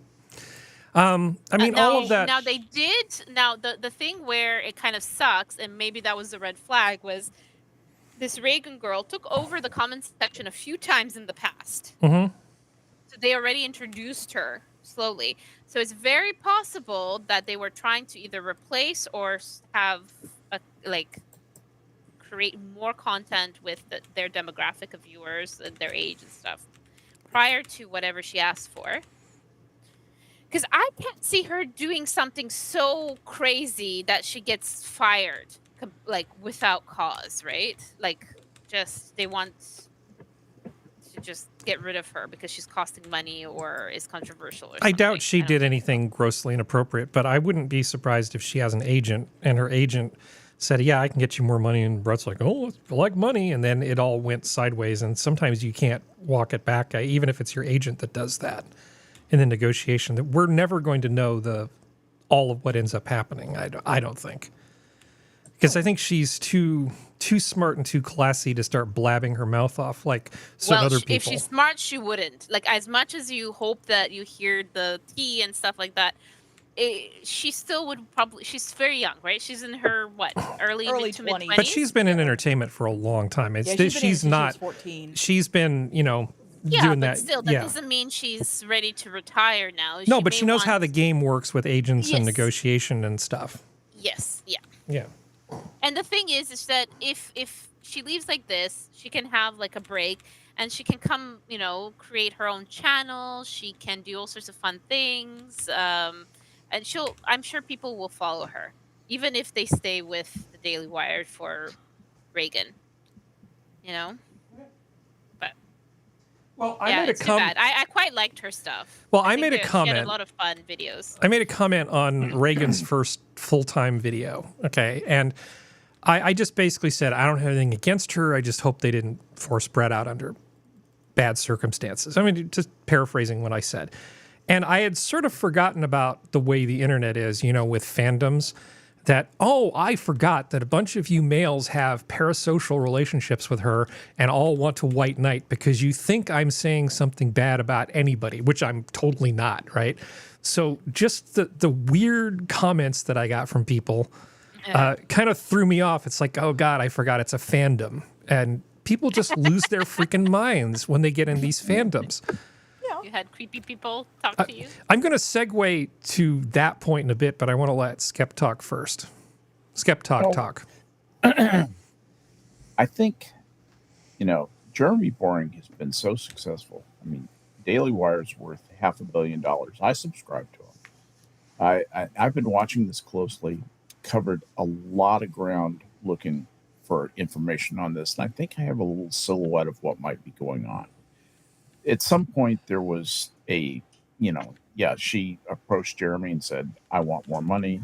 He said he probably is wise enough to have said, is it a small increase? No problem. She said, no, I want to be a permanent piece of Daily Wire and have some equity position going for it. I'm almost sure it was something like that. Mm-hmm. And he said, absolutely not. This is our baby. Yes, you've been successful, but you're not unreplaceable. And at that point, and this happened several months ago. That's the point. This didn't just happen. This happened months ago. And that is why he was working. When he first got Brett, he schooled her. He showed her all those mannerisms, those aren't natural. She's schooled in that. She's a professional actress. That's what she did before she came to her for the Daily Wire. And he schooled her in exactly how he wanted her to appear, what he thought would work. And he's a great salesman. And he did well, and she did well. And all of a sudden, she's got 1 million followers, a year in. And she goes back to him and says, this is where I want to make my permanent home. I want to be here forever. And he says, and he unfortunately probably didn't realize that he was looking at somebody who has it, and she does have a lot of potential star power, but it's a huge risk to take giving an equity position to somebody that young this early in their career. It's probably, I probably would have said no too. And so he says, no, you're going to, force me to, replace you if you're not willing to do that. And of course, you're under a non-disparagement agreement, so you can't disparage the company and you can't disclose any of this information. And to which she probably said, okay, if you're going to replace me with my best friend, I'm going to go talk to her. She goes, talks to Reagan. Reagan, who was her maid of honor at her wedding, says, yeah, I'm taking over for you. I hope that's okay. Well, it's kind of not okay, bitch. And so all of a sudden, she quits the Daily Wire with, I bet, a big honking fucking paycheck in her back pocket. I'll bet he gave her a $10 million hush puppy to get her out the door. Yeah, to keep her quiet, she probably had a lovely parting gift. Yeah, she had a lovely parting gift. And you notice on her social media, which I checked, she has taken down every picture pertaining to Daily Wire and all the Reagan pictures, all the pictures with her and Reagan are gone. And so that's based on that. That is my assessment of the situation. She's gone. Jeremy Boring has lost a real talent. He had a terribly hard decision to make, and there may not have been a right answer. He would have been taking a huge risk to bet any significant amount of money on her at this age and state in her career. On the other hand, he didn't get rich by making small bets. So, it's horns of a dilemma. Yeah, the thing is, I hadn't, when I saw people responding to my stupid post, and I couldn't figure out, like, why are you people so emotionally invested? Oh, yeah, fandom.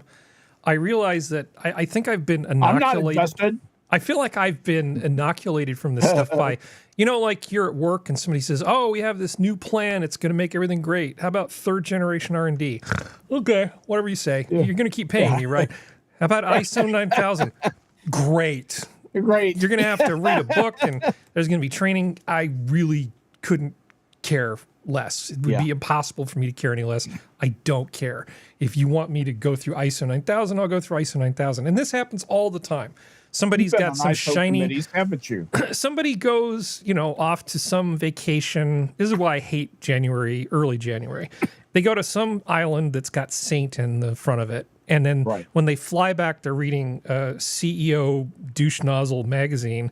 And then they decide, oh, yeah, I read about this in CEO Douche Nozzle magazine. Let's just try this new thing, right? So I'm just kind of burned out on the changing of the guard. It doesn't really affect me that much. Yeah. I was thinking, what? Harry, is an important postscript I didn't add to what I said about the thing with Brett Cooper. Mind if I just say it's 2 sentences? Yeah, go ahead. So, how is Reagan doing on numbers? Reagan, and here's what happened. Her initial numbers were straight continuity with Brett's numbers. And as people watched her, they got more and more disillusioned, and they got in, and she said, everybody was sending her mail saying, you look amazing. You've got all the mannerisms. Her mannerisms, her expressions are just like Brett Cooper's. She's like a blonde version of Brett Cooper. Everybody thought, lol, this is great. You've really nailed it. When's Brett coming back? And turns out Brett's never coming back. And now when they see her, all they are reminded of is how much they miss Brett Cooper, and the numbers have fallen off the table. I think I saw the one that she did, her first one, and I saw part of one today from a more recent one. And it feels like she's kind of turning more into her own person, but it's still very much under the tutelage of Jeremy Boring. Very much so there's a lot of similarity there, but I mean, I think given the time, she'll sort of find her own rhythm. It'll be a little less forced, because that first time she was on, she sounded really frantic. Like she's trying to get people to vote for her in a high school student council election or something. I mean, it was really a lot of that. Here, you want a pen? Have a pen. I really want a part to play. Yeah, right. You're all wrong. Okay. Matt and Ben are two totally different people. Matt's fine with doing drag and gender bending skits. Ben's just had enough, and he just didn't want to continue with the Brett Cooper thing. It's just most of you people just seem to not see the forest through the trees, like for the trees. Like it's Ben just with pretending to be a 12-year-old girl. Like, I mean, you think it's all? You think Ben that she's just a creation with some Instagram filters? Do you know anything? Do you know anything about this, or are you just being funny? Well, if I have to tell you, it wasn't funny. So he's just being funny. No, it's a joke. It's a joke. I don't watch Daily Wire. I don't pay attention to any of them. I don't know who this is. All right. Other than she looks like tranny Ben Shapiro. I don't think Ben Shapiro's even involved in this. He probably said, "Jeremy, I've got enough fish on my plate. You fuck this up. Go handle it." Yeah. That's probably what he said to him. That's what I would have said. I mean, honestly, if they want really good numbers, they should just bring Ben's sister in. Yeah, because talk about fandom. There seem to be a lot of fanboys for Ben Shapiro's sister. What is her name? Abby Shapiro? Abigail Shapiro. Yeah, people get super creepy about her. It's really fucking creepy. Yeah, I bet she'd bring in some good numbers, though. Calm the fuck down. Yeah. When she posts pictures of her, and I kid you not, the breast milk that she pumped and is giving away to needy families, it kind of writes itself. Yeah, at least she's not dropping frozen turkeys on Cincinnati from an aerial helicopter. Yeah, it always ends terribly. Did you know they can't fly? No, I'm kidding. The frozen ones can't.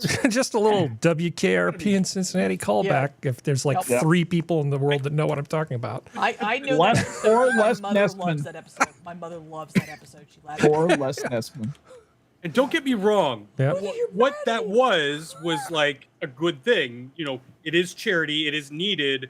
But when you're that person who gains that notoriety and who's supposedly a very traditional Jewish woman, you know, very prim and proper, but then you post about it. You post about it on your Instagram, Twitter, whatever. Like you're leaning into that, and you're kind of like, that's the part I'm kind of like, oh God. I'm just choosing to not look. I mean, I've heard about all the things you're talking about. I'm just choosing to not pay attention to it. Well, yeah, I've heard about it too, but I mean, the I didn't article even know had a Ben picture. had a sister until like a year ago because I didn't. Yeah, there you go. So, in terms of like I've been here, done this too many times where they've done these changing of the guards. And I was thinking, well, why am I so jaded about this? Well, because I won't feel like I have a parasocial relationship with these people. I don't have the same sort of connection with Brett Cooper, apparently, that a lot of other people have. I've had nothing against her, okay? But I don't feel like she's my special friend. I mean, I don't have the same emotional attraction. And I was thinking about, well, this has been going on for a long time. So back in, it was like 2006, right before YouTube was even a thing, okay? There were like vodcasts, right? People would do video podcasting things. And there was this thing I used to watch called Rocket Boom. And there was this big controversy that kicked up when Amanda Congdon, I think her name was, got let go because of some personal disagreement. Rocket Boom used to be this thing that people watched before there was YouTube, and it kind of went sort of like this. Host Amanda Congdon. That is, until last week. Oh, they don't have a sample of it. New York City apartment on a bare bones budget. Many are asking if sites like Rocket Boom are the future of media. Hey, I'll give you a clue, Joe. Yes. I'm still subscribed to Rocket Boom. Yes. I forgot all about them. Restroom reader. You've seen printed toilet paper before. Now you can stay informed while on the pot. Super fun. An RSS feed reader for your toilet paper dispenser. That's so beautiful. Now, I used to watch Rocket Boom every time it came out. I was a loyal viewer. And I used to enjoy the hell out of it because this was the future of news, right? This is what you would watch, and Sora knows about it, and it was a lot of fun. I like Molly. I Yeah. forgot about Molly. She was so cute. But then they replaced Amanda with somebody who I actually kind of liked even more, and I know this was, she wasn't on the news with Joe Scarborough talking about new media and all the stuff that she's going to do. And then they brought in this chick, who Whilst I love. ruminating communication with concise precision, short words bear a more the longest words in the English language. I mean, listen to this girl's verbal skills. willing. Those who flaunt the word now should be treated with floxinosin nihipilification. Floxinosin nihipilification finds its origin in floxilosinosin nihilpili, which altogether roughly translates into a piece of lint, naught, not a hair. And of course I like this. Why wouldn't I? Floxinosinilipilification is how you're supposed to say it. It's not an SEC. It's floxinosinilipilification. When Ted Kennedy read that word into the congressional record, that's the way he said it. I consider that authoritative. Okay, SkepTok. Here, I'm going to give you more of this then. Glutamil, elarginil tyrosol glutamil cerelucil, silphanolilal glutamin, elucil philolil, thrill thranamil glutamil, etc. So this is what passed for entertainment later in 2006. And I used to eat this stuff up. It was a simpler, gentler time where people actually had a good, happiness on the internet. Okay? I enjoyed this shit so much. And Tiki Bar TV was still one of my favorites, and I still subscribe to that. Love me some Tiki Bar TV. Just some bored people living fairly near Sora who made a tiki bar in their living room and shot the stupidest videos you can possibly imagine. And they're great. Yeah, we just had Tom Green. That's great campy stuff. And then you said Molly was the one. You said you liked Molly, right? I loved Molly. Yeah. Yeah, here's Molly. So I guess I should introduce myself. Hi, Molly. Lived in England for most of my life. Yeah, and then there's Molly. And then there was one more after that, and it all just sort of spun into oblivion after that. And of course, the world became a lot more sophisticated. But, since Rocket Boom, how many times have I seen these changing of the guards happen? A bunch. So when this thing happens to Brett Cooper, I think I'm viewing it more philosophically than some people are, because I don't feel like she's my special friend. The Daily Wire is notorious for turning nothings into major news stories that everybody has to talk about. Yeah. I'm looking at this really truly from more the standpoint of Jeremy Boring. What a terrible decision he had to make. He had no right answer, I don't think. Well, Rocket Boom didn't survive, and I don't think that the comments section is going to do very well unless something miraculous changes soon. What both of them probably could do would be, and this would screw poor Reagan. Reagan would probably quit. Would be to Jeremy and I have buried the hatchets, and we're closer than ever now. And you're working for me again, Reagan. Come here, bitch. I don't particularly mind Reagan, but I know I'm the outlier here. A lot of other people seem to be really upset about it. I don't mind Reagan. I think Reagan was in a lose-lose position too, because does she quit out of loyalty? We don't know what her situation is. She might not be able to afford to quit out of loyalty. Some people can't afford that kind of a display of loyalty. Who knows what the interaction was between her and Brett? That I can't even speculate on. But my point is that suddenly they're not friends anymore, and she doesn't want to have any of the Daily Wire associated with her name, publicly, and seems to act like she's moved on. Maybe she's waiting for Jeremy to come to his senses and say, "Please come back." That's what he should do. That's what he should do. Let's make it okay again. And if he could be a big enough guy to include all of it and lavish it, slather those two girls, slather them with money, slather them.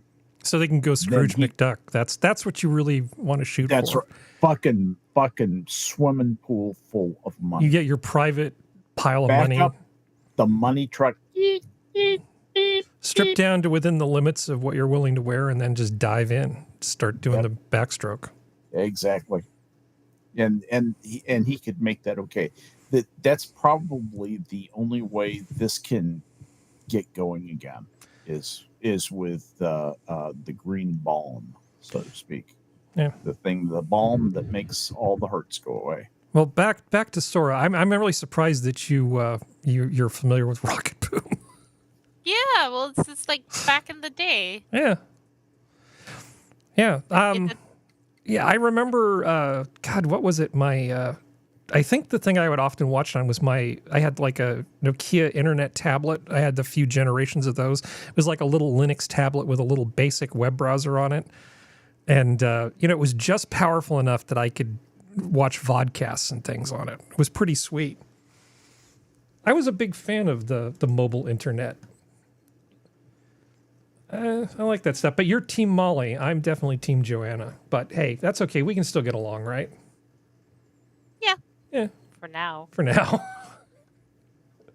Oh, speaking of wireless internet tablet things, there's this thing from like an old Comdex. So this was a big deal. Like, hey, we're going to give you an internet browser thing you can walk around with. Why is this? A 10.4-inch color active matrix display, which is very high performance. It's how I interact with the website. Yeah. Absolutely. Up here we have the on-off button. This toggles the keyboard in or out. These two keys are user configurable, essentially. And this one. Yeah, this is your wireless internet, your mobile internet browsing device in 1998. This thing never actually came to market. It didn't have Wi-Fi. It didn't have a modem thing built in. It actually had to work with an adapter that you hooked up to your PC to basically feed it the data that it needed. That's how primitive this shit was back in the day. Man, that was 1998. Yeah.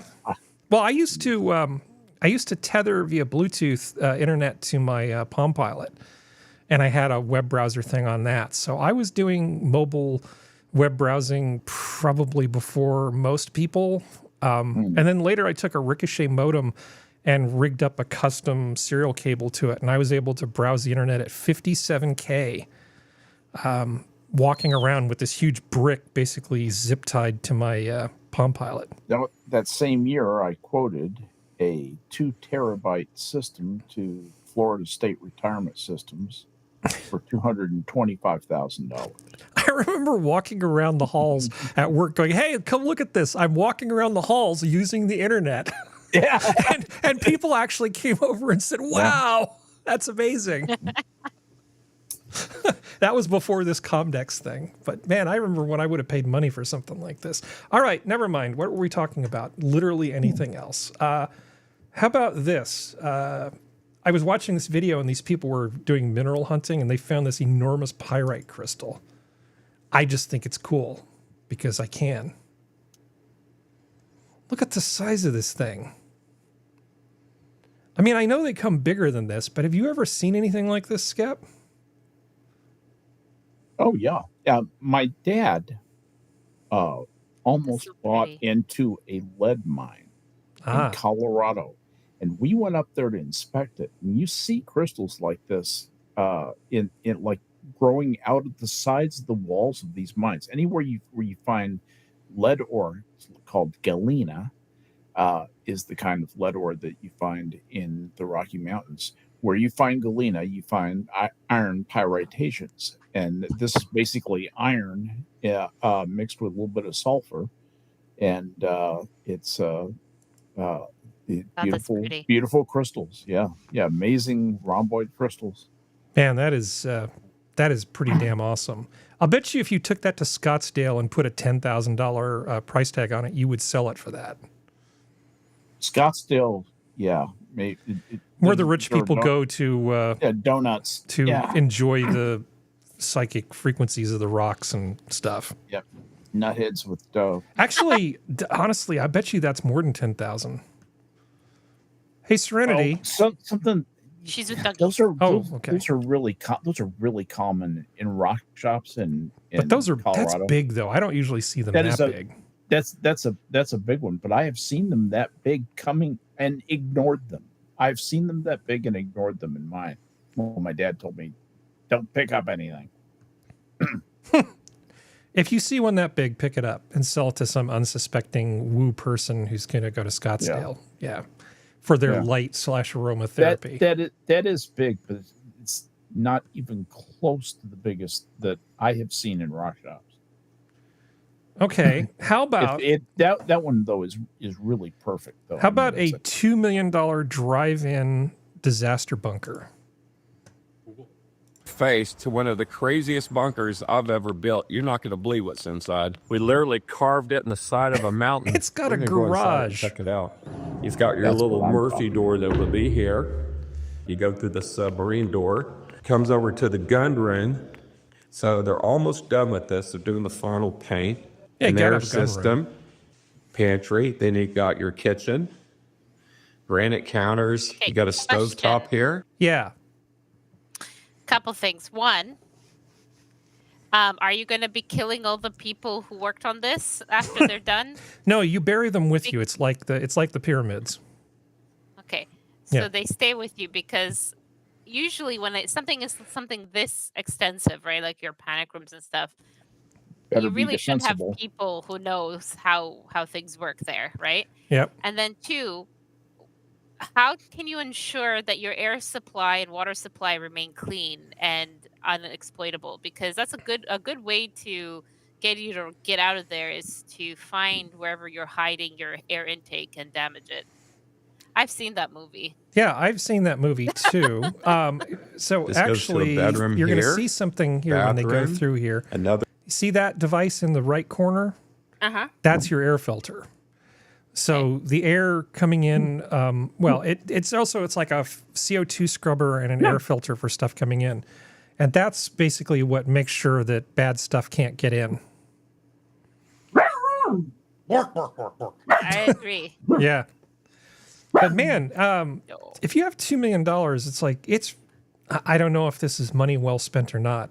You know, what's your threat matrix? What is it you specifically think you're going to protect yourself from? Because then you can decide whether the bunker will work. The gun room is so far away from the bedroom too. So that means people who break in are going to get weapons before they find you.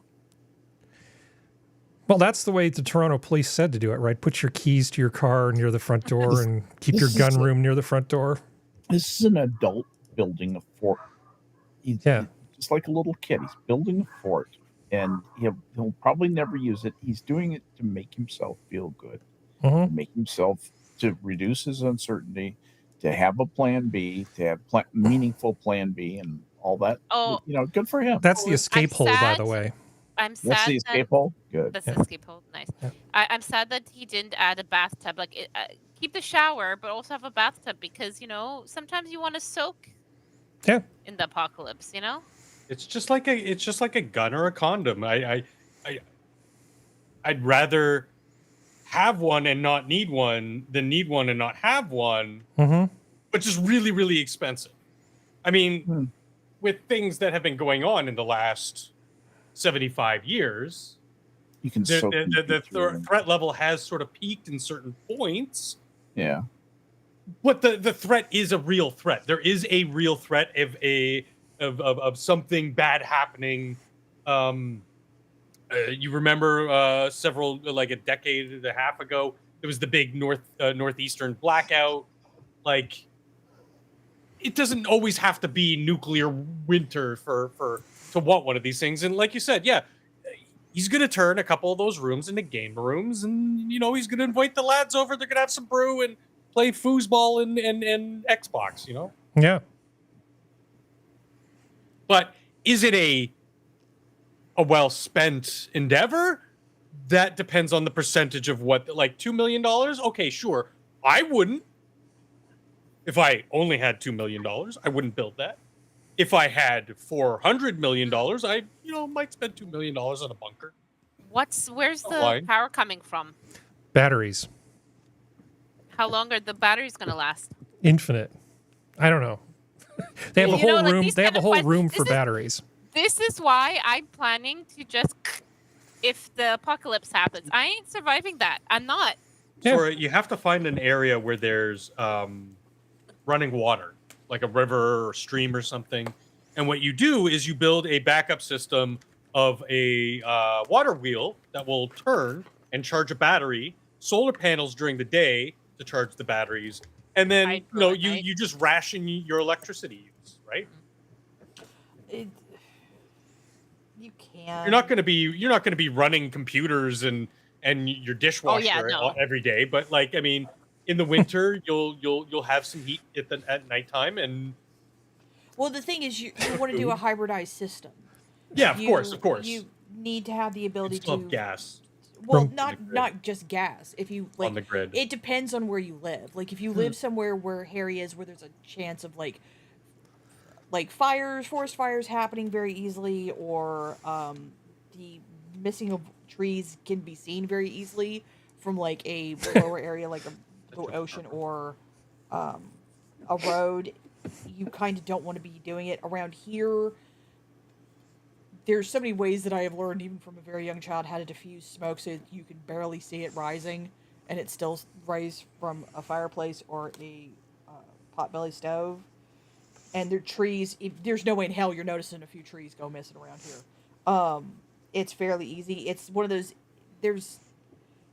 You have to pay attention to what works where you live.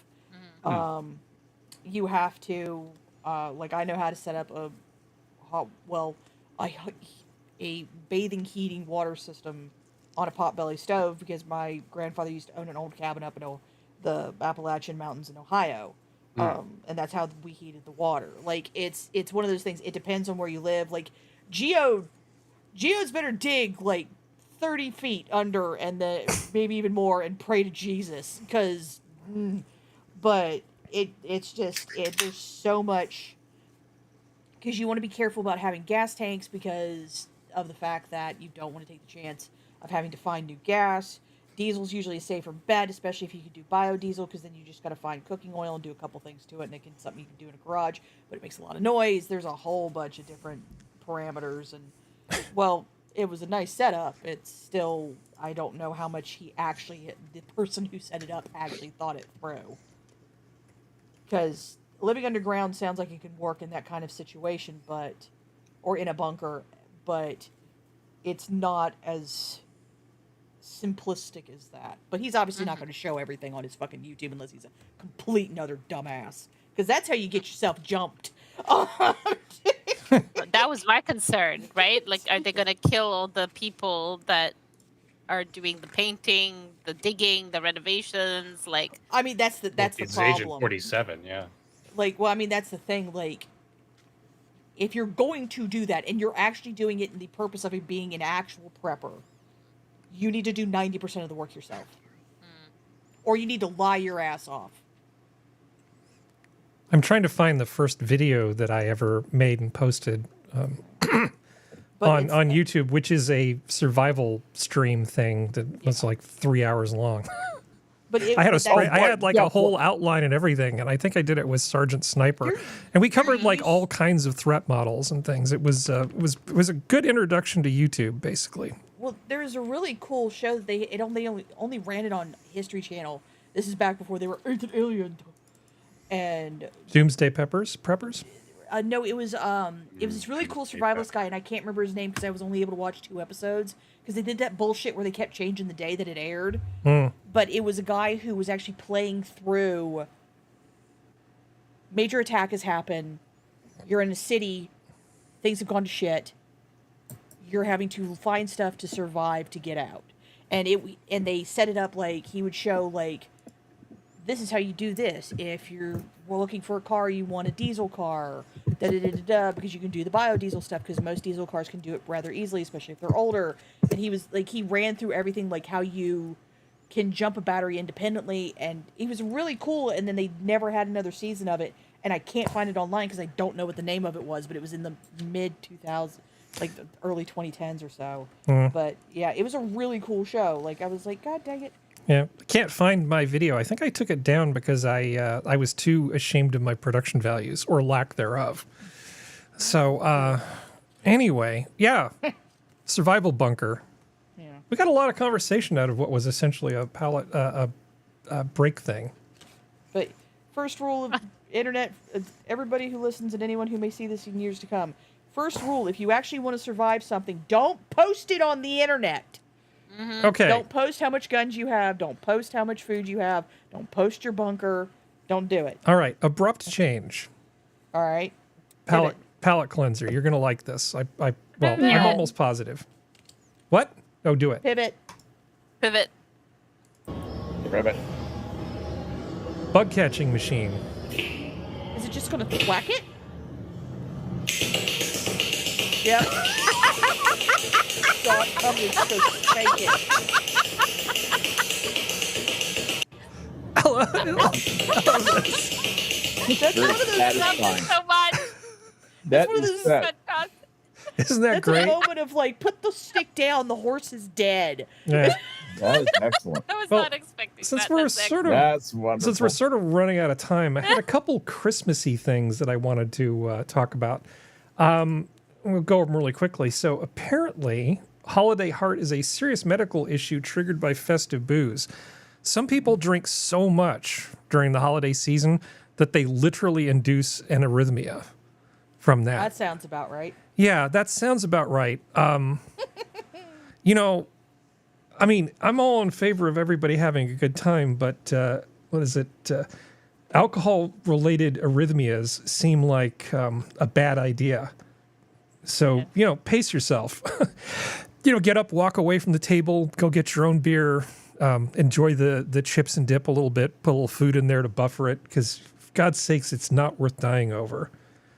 It just does seem to be one of those things that most people sort of recover from, but I think this is what your body when your body's giving you a hint that maybe you're not on the right Cut it the fuck path. out. Yeah. That maybe it's time to, you know, take stock and do a little less. Yeah. Yeah. Alcohol-induced heart arrhythmias. Cool. Yeah, don't do that. Let's see. Not starting with the fun Christmas news, are we? So Warren Buffett, his Christmas presents. So he said Warren Buffett used to gift his family members $10,000 every Christmas until he noticed they were spending it too fast.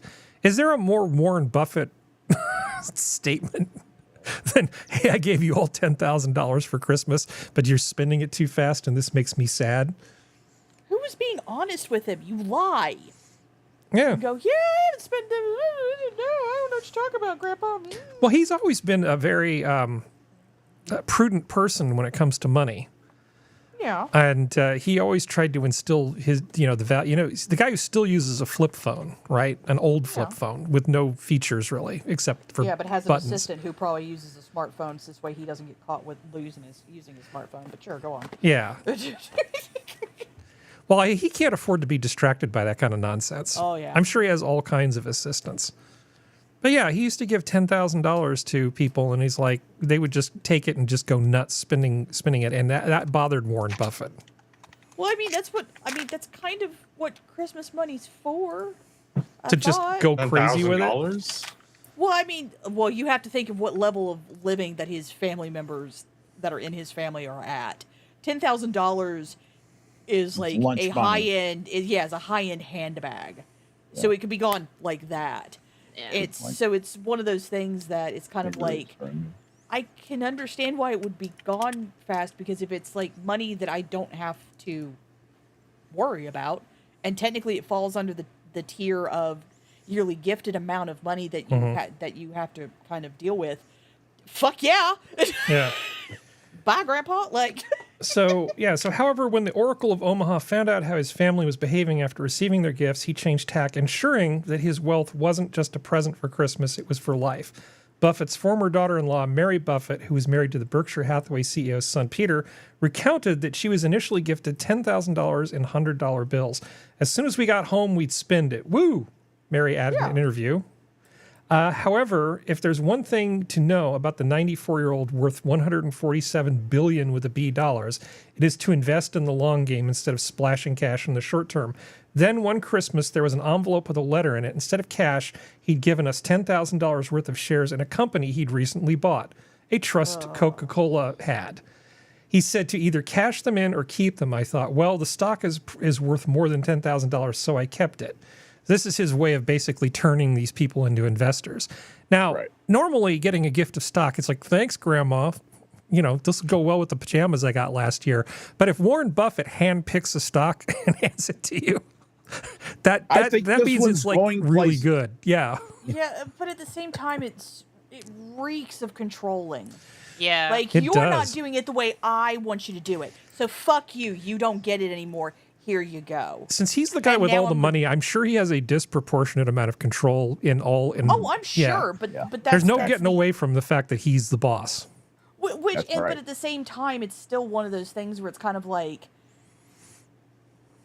that would just that would rub me the wrong way. I'd just be like, you pathetic old fuck. Like, you just can't let control go, can you? Like, you can't. Like, you can't stand it if you're not in control. I'm sorry, that's the way it looks like to me. Oh, 100%. It's still $10,000 worth of stock, though. Oh, it is, and it's like, that's all well and good, but at the same time, it's like, it's kind of like getting, it's the whole, it's a double-edged sword. It's like, you know he's going to be watching the stock, and if he mysteriously sees a bunch of stock get sold off, you know he's still going to come talk to you. Oh, he won't notice that small an amount of stock. No. That's just noise, honestly. I know, but people who are that controlling have other ways of paying attention. Oh yeah, no, but they don't pay attention to rounding errors. Yeah, but it's still one of those things where it's like, then don't give them the money. Period. All right. Okay. 2 more things. So people seem to be very excited about what they think is the sarcophagus of Saint Nicholas. Cool. You know, the guy who inspired Santa Claus. They've been doing a lot of tests, and essentially, he ended up sort of spread out into a few different pieces, and they've been sort of collecting them and testing them. I mean, we still don't know for sure if it actually is the person who was Saint Nicholas, but they're busy trying to gather all these things together and test them. I don't know if it Dracula matters. because this is how you get Dracula. Yeah. So there's like, a reason his pieces are spread. It says, in 1953, an inspection of bone fragments from both Barry and Venice determined that they came from the same individual, although authenticity to determine whether they belonged to St. Nicholas was inconclusive. But they've essentially got a tomb that says St. Nicholas. How did they what? How would you know? Because it's like, oh, it's someone labeled St. Nicholas, but that means you have to rely that is factual. Does it always smells like peppermint and gingerbread? I don't know. That's a good question. No. They found some of it in a tomb that's supposed to have some of the saint's remains in it. And they're basically finding other pieces of it elsewhere that are from the same individual. And they're trying to get it all put together. But the question ultimately is, how do you know? You don't. I just feel bad. Just let him rest. Yeah, I do too. I think this is not the best use of people's time. Like, I mean, honestly, really does it matter? I hate to sound like functional, but I kind of don't care. But people seem to be very worked up about this. Well, the thing is, it sells copy. People are interested in this. They should they be? Maybe not, but they are. And people are gonna people. And no, they do. Well, luxury belief, we found Santa Claus's grave. That's a horrible belief, though, because he's alive at the North Pole making toys, right? Absolutely. So clearly this isn't him. Well, Santa and St. Nick are 2 different people, so it's okay. Exactly. So the Catholic Church actually has a whole process that they have to do. Was this done by the Catholic Church, or was this done by just regular historians? It didn't say they were working for the church. They talk about archaeologists and where they come from. So, for instance, Ebru Fatma Findik from Hate Mustafa Kemal University. I mean, they could be under license from the Catholic Church, but that doesn't sound like it. Well, so the Catholic Church has what's called, does their whole proof of existence. They have to do an inspection, documentation, follow canon law, ritual inspections, pontifical, I can't even say it, pontifical, there we go, commission, which they inspect everything and look at a report, verification of, oh, good Lord, guys, verification of incorruptibility. My dyslexia keeps kicking in, I keep flipping letters. Order of sanctity, and then they have to do display and veneration. So it's a whole long list that the Catholic Church goes through to like prove this shit. No, it was a good enough headline to make me put it in the spreadsheet. Oh, but no, it's only still because it's cool. It's Christmas. still I've been hanging on to this for about a month. It's still interesting as hell. So, Whenever you find a dead body, it's always Well, we like to have records. We like to have concrete evidence as to where, what, how, why, and excuse me. Throughout the years, there are little tidbits of recorded information. Harry, yes, it's not no. It's not like DNA proof, you know. But when that's how they can sort of track these things down. So they'll compare records of like what the papal records to the local records in Northern Africa or something, you know, like, and be like, oh, okay, this is where Saint Nick's foot went. Yeah. Okay. And there's 3 feet here. That one. It's got the red booty on it. Raymond Lewis, canon law is just basically, it requires the relics of saints be treated and with respect and veneration. It's just, even if there's not proof at the time of when they find it, they still treat it that way in case it is proven that that is a saint. That's basically just what canon law is. It's respect and veneration, preservation, cataloging, all that stuff. And it's so this way that the commission that is then the one who looks at it and writes a report can make, to the best of their ability, that it wasn't corrupted or switched out with a fake or any of that kind of stuff. That's basically what it is. If some new information comes to light and they're like, oh, it's not this, it's this, and we found the thing that we thought it was over here, like they tend to be very forward with that. Well, it's also like there's some names that there's like 8 different versions of a saint name. Like I think there's like 4 St. Jones. There's like so many St. Johns. Like it's just, it depends on, it could be a St. Nicholas, just not the one that they originally thought it was. So it's that, because there are so many dang saints. Holy crackers. I still think it's actually Dracula, because that's the only way you kill Dracula is you cut off his head, you dismember him, and you spread his parts across the world so that they can't regenerate. Yeah, he can't be killed, so you just, spread him out. It's all a very long con. Stick his head. To trick us into putting Dracula back together. Long. Yes. Exactly. You just stick his head in a bowl full of holy water. Stick his head in that. So, one final Christmas thing. Everything else can wait until next week. In fact, it's better to have this stuff wait until next week. So, but this will not wait. So, I found a Korean jazz pianist who actually caught my attention, and she has a video. If I can get everything to load. Come on, load.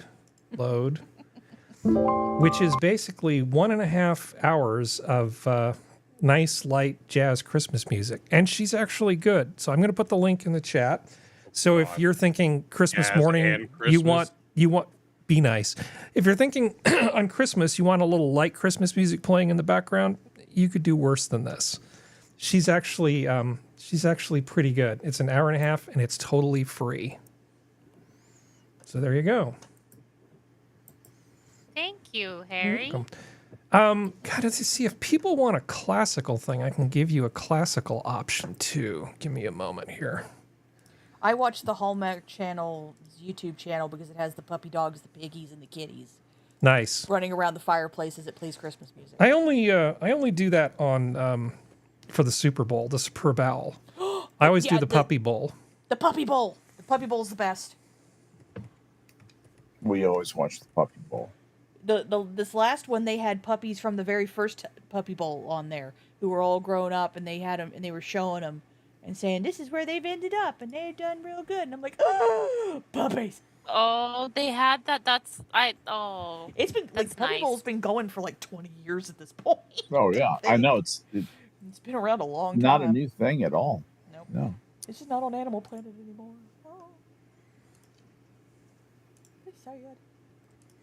They're so cute though.